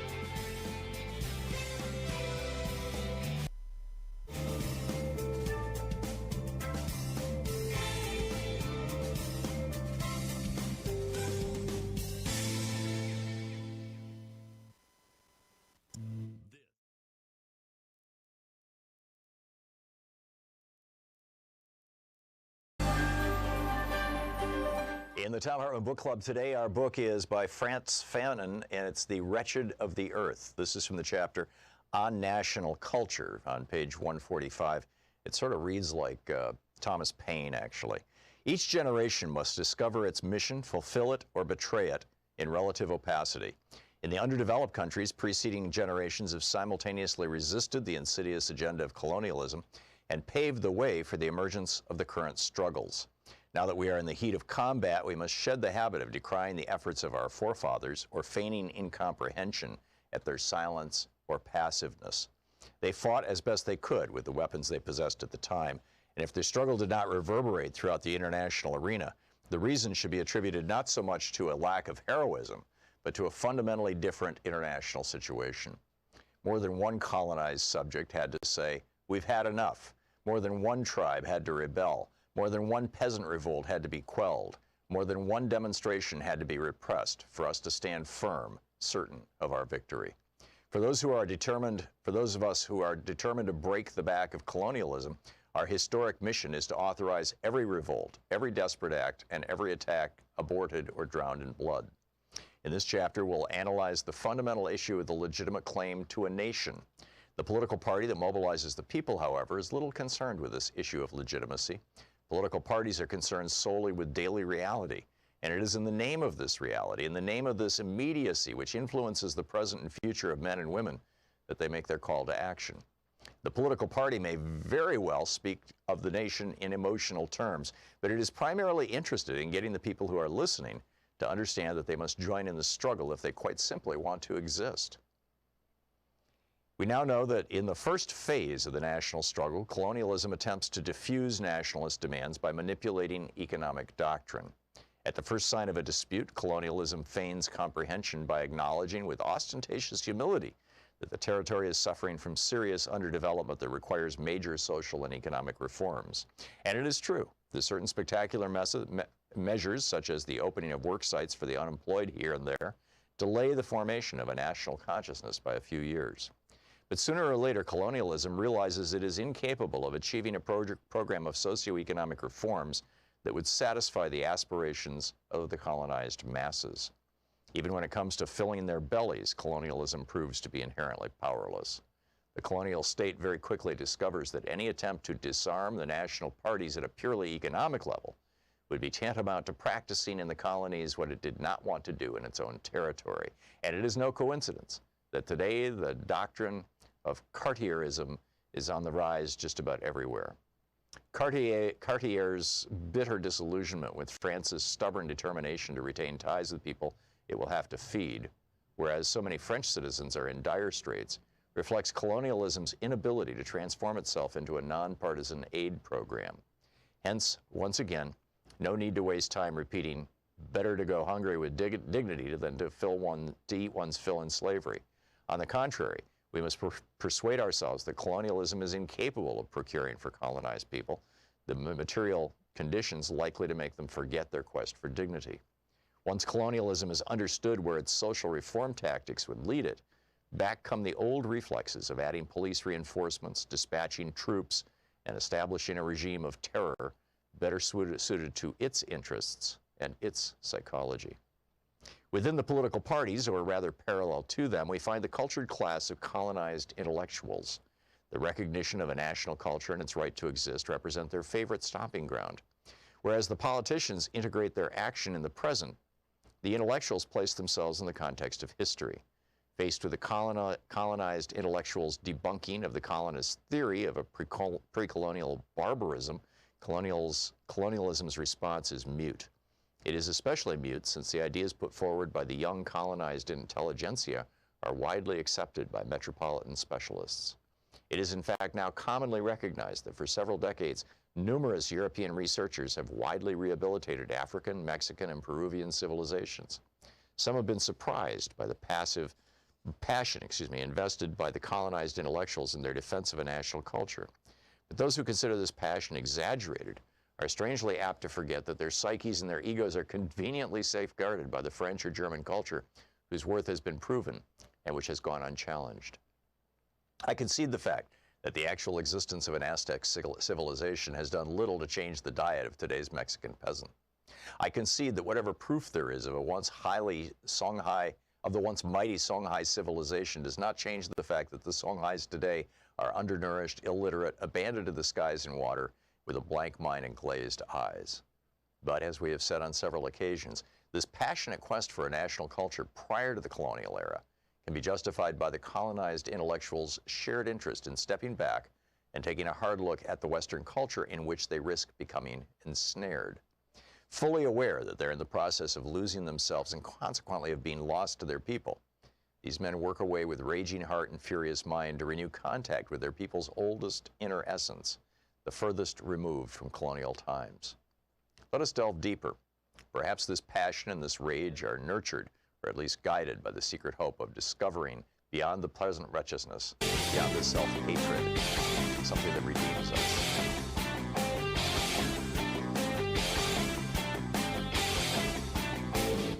Missed my opening rant today? It's usually published over at HartmannReport.com, where you can read it and share it with your friends for free. Check it out, HartmannReport.com. Ask a boomer what it was like going to college back in the 60s and 70s and whether they had to go into debt to do it.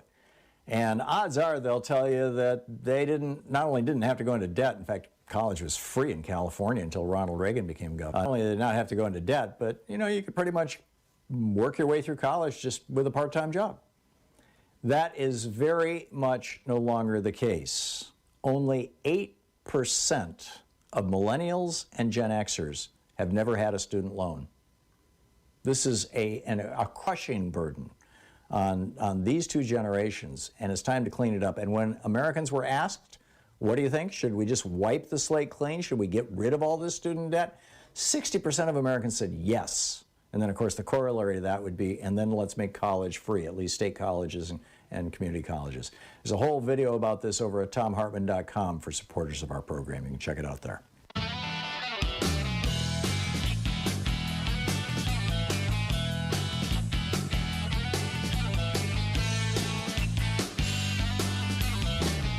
And welcome back. It is Anything Goes Friday. Esther in Skokie, Illinois. Hey, Esther, what's on your mind today?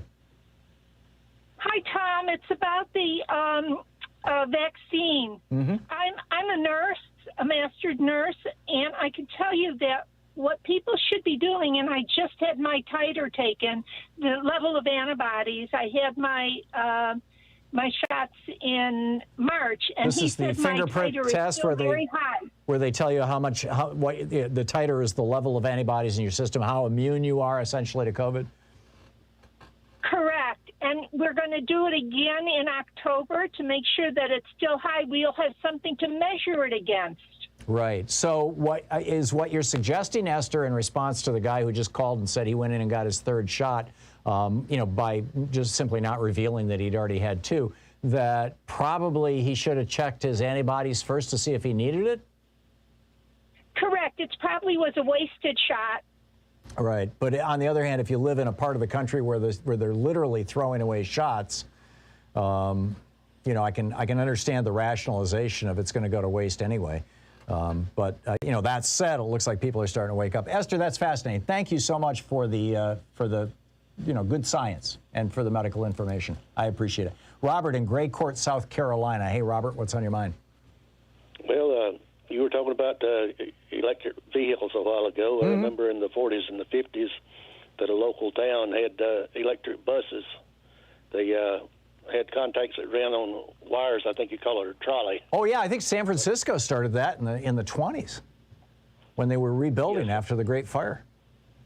And they were quiet, and it seemed to me like they were been mighty convenient and not quite so polluting as a gasoline or a diesel vehicle. Absolutely, depending on how you generate the electricity. If it's coming out of a coal plant, it's not much. It's probably, well, I don't know if it's worse, but it's probably not as good. But if you've got, hydropower or a cleaner source of energy, solar or wind, then you're in Fat City, as they say. Some of our electricity does come from hydro. Yeah, that's great. Robert, thank you. Thank you for your contribution to the conversation. Dennis in Aptos, California. Hey, Dennis, what's on your mind today? Well, you can do one better. There's a company down in L.A. called TIG-M. They're making trolleys that are self-propelled electric, so you don't need a third rail or overhead wires. Self-propelled electric? Are you talking like perpetual motion machines? No, they've got electric batteries just like an electric car, like a Tesla. Oh, I see. They don't need an external power source. They just have to recharge their batteries every night. I get it. Exactly. TIG-M, TIG-M. Anyway, I was going to talk about the COVID vaccine trackers here in California as of today. Mm-hmm. San Francisco, Marin, and Santa Clara counties are over 70% vaccinated. San Mateo and Alameda and Contra Costa, they're between 60 and 69. Monterey and Santa Cruz, and I live in Santa Cruz, we're at 52 to 60. And that's true of LA and San Diego. The outlier is San Luis Obispo County. They're under 51%. All the Central Valley, my God, most of it is just like, we're talking 30%, 25%. Why is that? Less than 25%. And of course, that's where the rednecks live. That's where the Trumpanzees live. They live in the Central Valley, and they live in the Sierra Nevada foothills. Most Californians, of course, live either in the San Francisco Bay Area or the Los Angeles and San Diego area. And it's good that we've been vaccinated a lot, although I would say that going to a San Francisco Giants baseball game is going to be safer than going to an LA Dodger or San Diego Padre game. I don't talk about the American League because they have designated hitters. but just to look at the levels of vaccination in the local communities, before Delta came along, the conventional wisdom in the scientific community was that 70% vaccination would establish herd immunity and stop or radically slow transmission of the virus. It looks like all bets are off, though. I mean, the measles is, I think it's got an a reproduction factor of around 30, and the original COVID was around, what, 2.5 or 3? For every person who gets infected, they infect 2.5 to 3 people. But it looks like COVID is around 17, 18, 19. I mean, they're still figuring out all these numbers, and that's why with measles, because it's, so contagious, that you've got to have over, what, 98%, as I recall, 97 or 98% vaccination in order to establish herd immunity. Whereas with, a disease that's got an R value of 3 or 4, you can do it at 60 or 70% of vaccination. But it's going to be tough. It's going to be tough. Dennis. Well, here's the thing. I don't hear anything from Newsom about putting those tiers back in. I kind of wish he would. I think things are okay here. He's right now probably trying to avoid getting kicked out of office. That's got to be coloring a lot of his activity. Yeah, well, Democrats need to step up to the plate and vote no on the recall. But Right now, Monterey and Santa Cruz, the Monterey Peninsula and Santa Cruz, we're getting tons of visitors every day, really. And, most of them are coming from the Bay Area. So I don't feel too bad about that because the Bay Area is greatly vaccinated. People though coming in from other places, whether it's the Central Valley or whether from other states that have low vaccination rates, again, I mean, what do they say? One person can infect 10? Right. So I'm a bit worried about that. Yeah. I agree. And, I really think that the Biden administration is moving in the right direction. They've been moving slower than I would like, but I get the insane political pressure that they're getting, from the hard right and people, fools like Ron DeSantis. So, we'll see how it shakes out, but I think we're moving in the right direction. Dennis, thank you for the call. Holly in Washington, D.C. Hey, Holly, what's up? Well, every time I hear this statement, even from Blessed Bernie's mouth, that we're the richest country in the world, my brow furrows. And so I don't really understand what the metric is, but it seems like it's a metric that doesn't really apply to all of the citizens of this country. That's correct. And I just, it's kind of a false premise. I mean, if you took the industrial war machine out of it, selling all these weapons, where would that leave us with GDP? Assuming that's what the metric is. Can you say anything about that? Yeah, if you look at the total wealth owned by Americans and American corporations, it exceeds that of any other country in the world. If you look at the wealth of the working class of the United States, we are near the bottom of the OECD countries, not at the bottom. I mean, I believe Costa Rica is at the bottom. That's 34 richest countries in the world. If you're simply looking at the working class or at the bottom 90% even, you find that the United States is below all the Scandinavian countries, I believe all the Northern European countries.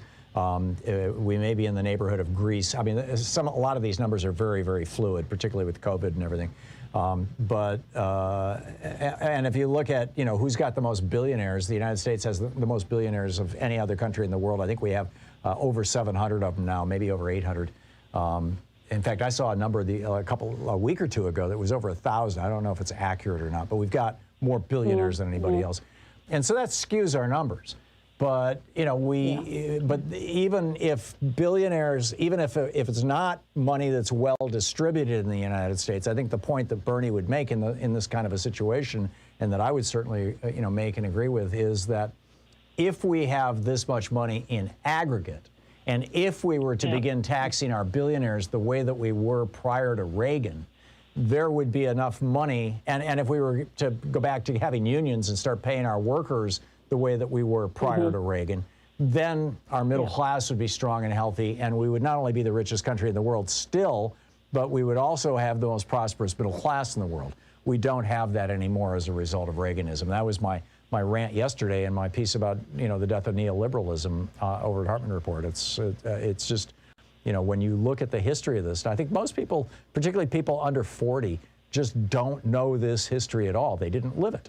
And it's not largely taught in our schools. It's considered politically incorrect to point out the crimes of the economic crimes against America of the Reagan administration and all the neoliberal administrations that have followed, which is literally every president up until this day. So, Holly, I got to run, but thank you for the call. Your point is so trenchant. It's so brilliant. Thank you. We'll be right back.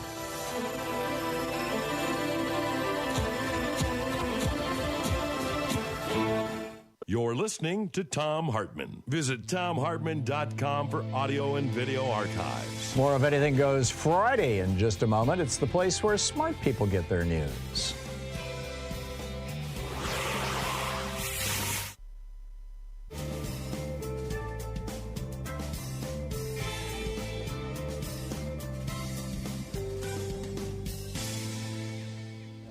And welcome back. Joel in Seattle. Hey, Joel, what's on your mind?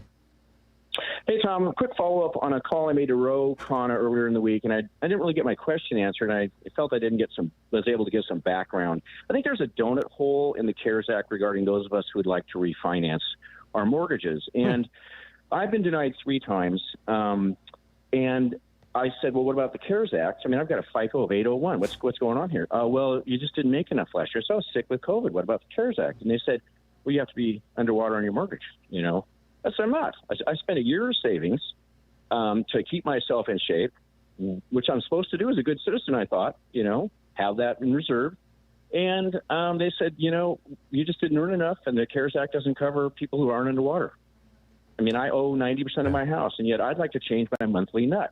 I don't want a handout. 2 of them said there's free money from the government. I said, there's no such thing as free money, and I don't want free money. I'm an ultra left-wing liberal. I'm painting a wall right now, working, and I don't want a handout. I just want I want somebody for 10 minutes to sit in front of a computer with one of these usury corporations and refinance my loan so I can lower my monthly nut by $400. That would have a big impact on my life. Yeah. And also I would get the rate, which would also have a big impact on my life going forward. And we bailed out this industry 2008 to the tune of billions of dollars. Yeah. Golden parachutes, giant bonuses, not a single per block.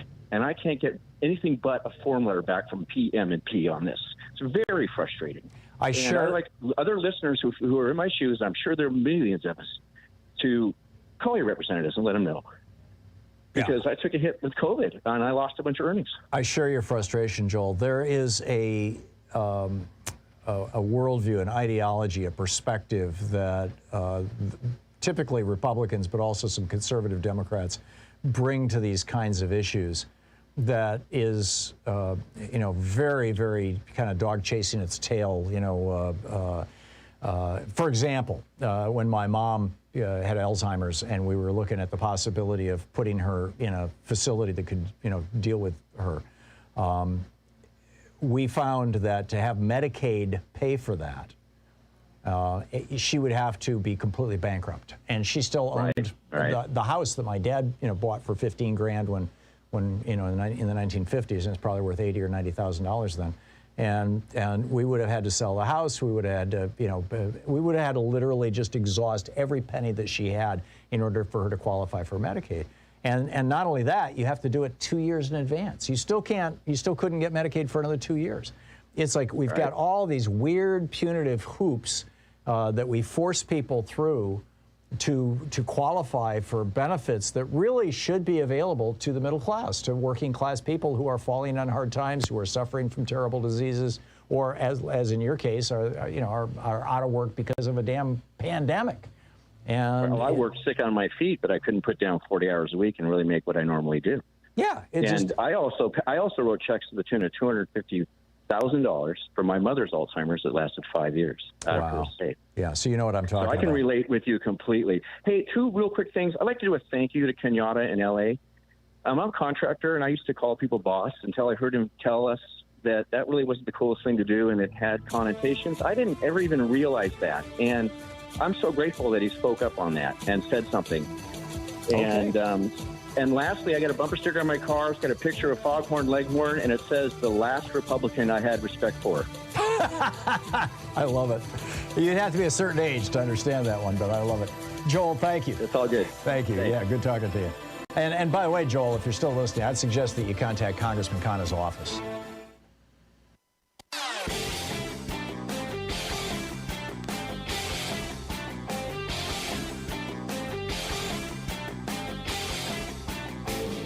Our 1-hour free podcast recaps our show, and it's available wherever fine podcasts are found. And we have the full 3-hour podcast available over at thomhartmann.com if you want to really support our program. So a while ago at Davos, Michael Dell, the computer billionaire who started out selling computers out of his dorm room in college. I was running CompuServe forums back in the day. This is in the late 70s or the early 80s, and he was selling them on CompuServe in my forums. And, you know, now he's worth billions. And somebody asked him, you know, Alexandria Ocasio-Cortez is proposing a 70% tax bracket for people who make the kind of money you make. What do you think of that? And his response was, a 70% tax rate? Name a country where that ever worked. Ever. And it turns out there is such a country, and apparently Michael Dell didn't know this. I think a lot of Americans don't know this, that there was a country that had its greatest period of prosperity in its entire history, with a top tax rate that was above 70%. In fact, it hit 90% for more than half the time, and that was the United States of America. It's a new video over at ThomHartmann.com.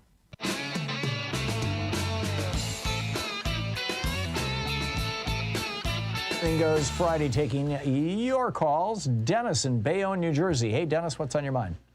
Tom, it's an honor to talk to you. I was just recognizing a speech that was supposed to be given on November 22nd by our president. Jack Kennedy. And unfortunately, he never made the speech because he was killed on his way to the Trade Mart. He talked about misinformation, how it could handicap the progress of a city or a company, and can, if allowed to prevail in national policy, handicap the nation's security.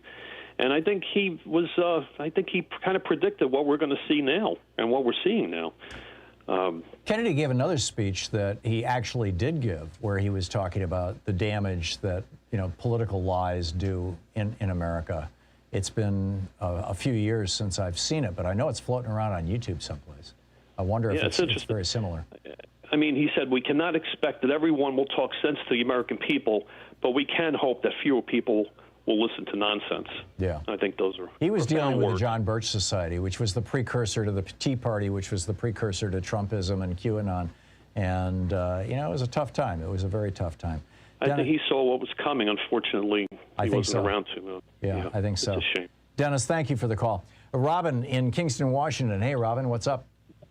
Hey, Tom, I am actually at the west end of the Morrison Street Bridge in Portland, Oregon. I'm conducting a civil information action. Welcome to my town. Yep. Yeah, absolutely. And I'm standing in behest and support of Black Lives Matter. And today's messaging that I'm bringing out is to take your protest energy and put it into direct politics. I call it pretest reduces protest.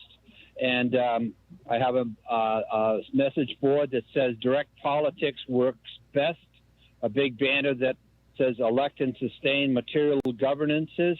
My T-shirt says no justice, no rest, taking the confrontation out. And anyways, I just wanted to kind of let you know I've been here since about 11 this morning. I'll be out of here after the evening rush hour.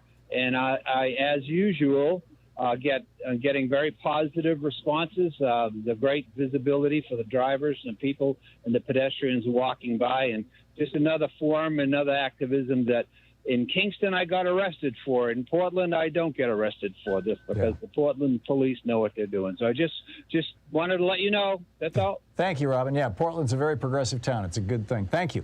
And good on you. Michael in Las Vegas. Hey, Michael, what's up? Howdy, Thom Hartmann. Hey. Happy Friday, sir. Thank you. Back at you. So, I want to thank Joe Biden, Kamala Harris, their cabinet, Democrats in Congress for helping rescue the economy from the depths of hell the GQP and former guy plunged the economy into. I say Jen Psaki deserves a raise because she is one amazing woman. Oh, yeah. Our Olympic athletes love America way more than the former guy and the GQP combined. I'd like Kathy Griffin to know we all love her and hope she gets well because cancer sucks. And you brought up yesterday about how we should have a law that states that investors overseas should not be able to buy up real estate. And I know that we're, on limited time, but I have a personal story. My partner and I were actually on a board of a homeowners association here in Las Vegas, and he was on there first. The majority of our homeowners were actually investors that didn't even live inside the community. Some had bought their home sight unseen, and they had a management company here in town. She eventually hopped on the board, the property manager, because she was also a homeowner, but she managed 40-plus properties out of a 283 home neighborhood. And these were all owned by passive investors? We had some, homeowners that occupied like we did, but correct. Yeah, the majority of them. And what percentage of that was foreign investors? Out of the 283, it was about almost 20%. Wow. Of we had Canadians, we had Israelis, and the majority of overseas investors were Chinese. Yeah. But it was just crazy because she has a property management company and a real estate company here in Las Vegas. and they would buy a bunch of homes for cash. She said that she and her father, they had a bunch of different LLCs. They owned over like 200 properties here in the Las Vegas area in California. And then also she managed over 2,000 just in the Las Vegas Henderson area here in Clark County. So she had her monthly property management fee that she charged, but she also represented all these homeowners in China. And it was a disaster. My partner unfortunately made the mistake of saying F investors in a board meeting, an executive board meeting where it was just the board at one point. And that was the end of that, right? I'll have to explain more on Friday, but hey, you're amazing. Please, everybody get vaccinated. Thank you for all you do, Tom, okay? Thank you, Michael. Great to hear from you. And thank you for being with us today. A special thanks to Louise Hartman, Sean Taylor, Nate Atwell, Jamie Holly, Joyce the Hammer, Nance, Nigel Peacock, Sue Nethercutt, Patrick Hoyt, Geraldine Halbert, Ron Hartenbaum, Chase Spross, Nicholas Miller, Pat Sweeney, Jabbermocky, Jay LeBlanc, Connor Arroyo, and Carne Verde. All the folks who help make this program work every single day, 5 days a week. And thank you to you for reaching out to our radio stations and sponsors and letting them know that you're listening. It is really appreciated. It means a lot. So get out there, get active, tag. You're it. Have a wonderful weekend. We'll see you on Monday. You've been listening to Thom Hartmann. For audio and video archives, visit thomhartmann.com.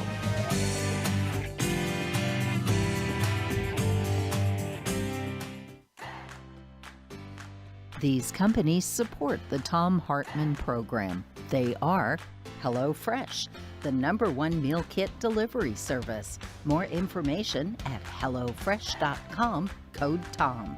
CB Distillery for sleeping and pain relief. More info at cbdistillery.com, code TOM. Dinovite, only the best all-natural pet supplements. More info at dinovite.com. Annie's Kit Clubs, creativity delivered right to your door. More info at annieskitclubs.com/Tom. Wild Alaskan Company, delicious, sustainably sourced seafood delivered right to your door. More information at wildalaskancompany.com/Tom. And Mack Weldon, reinventing men's basics.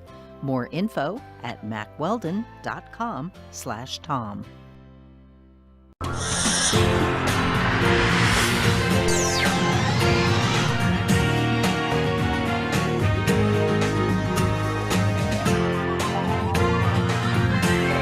We say fight back!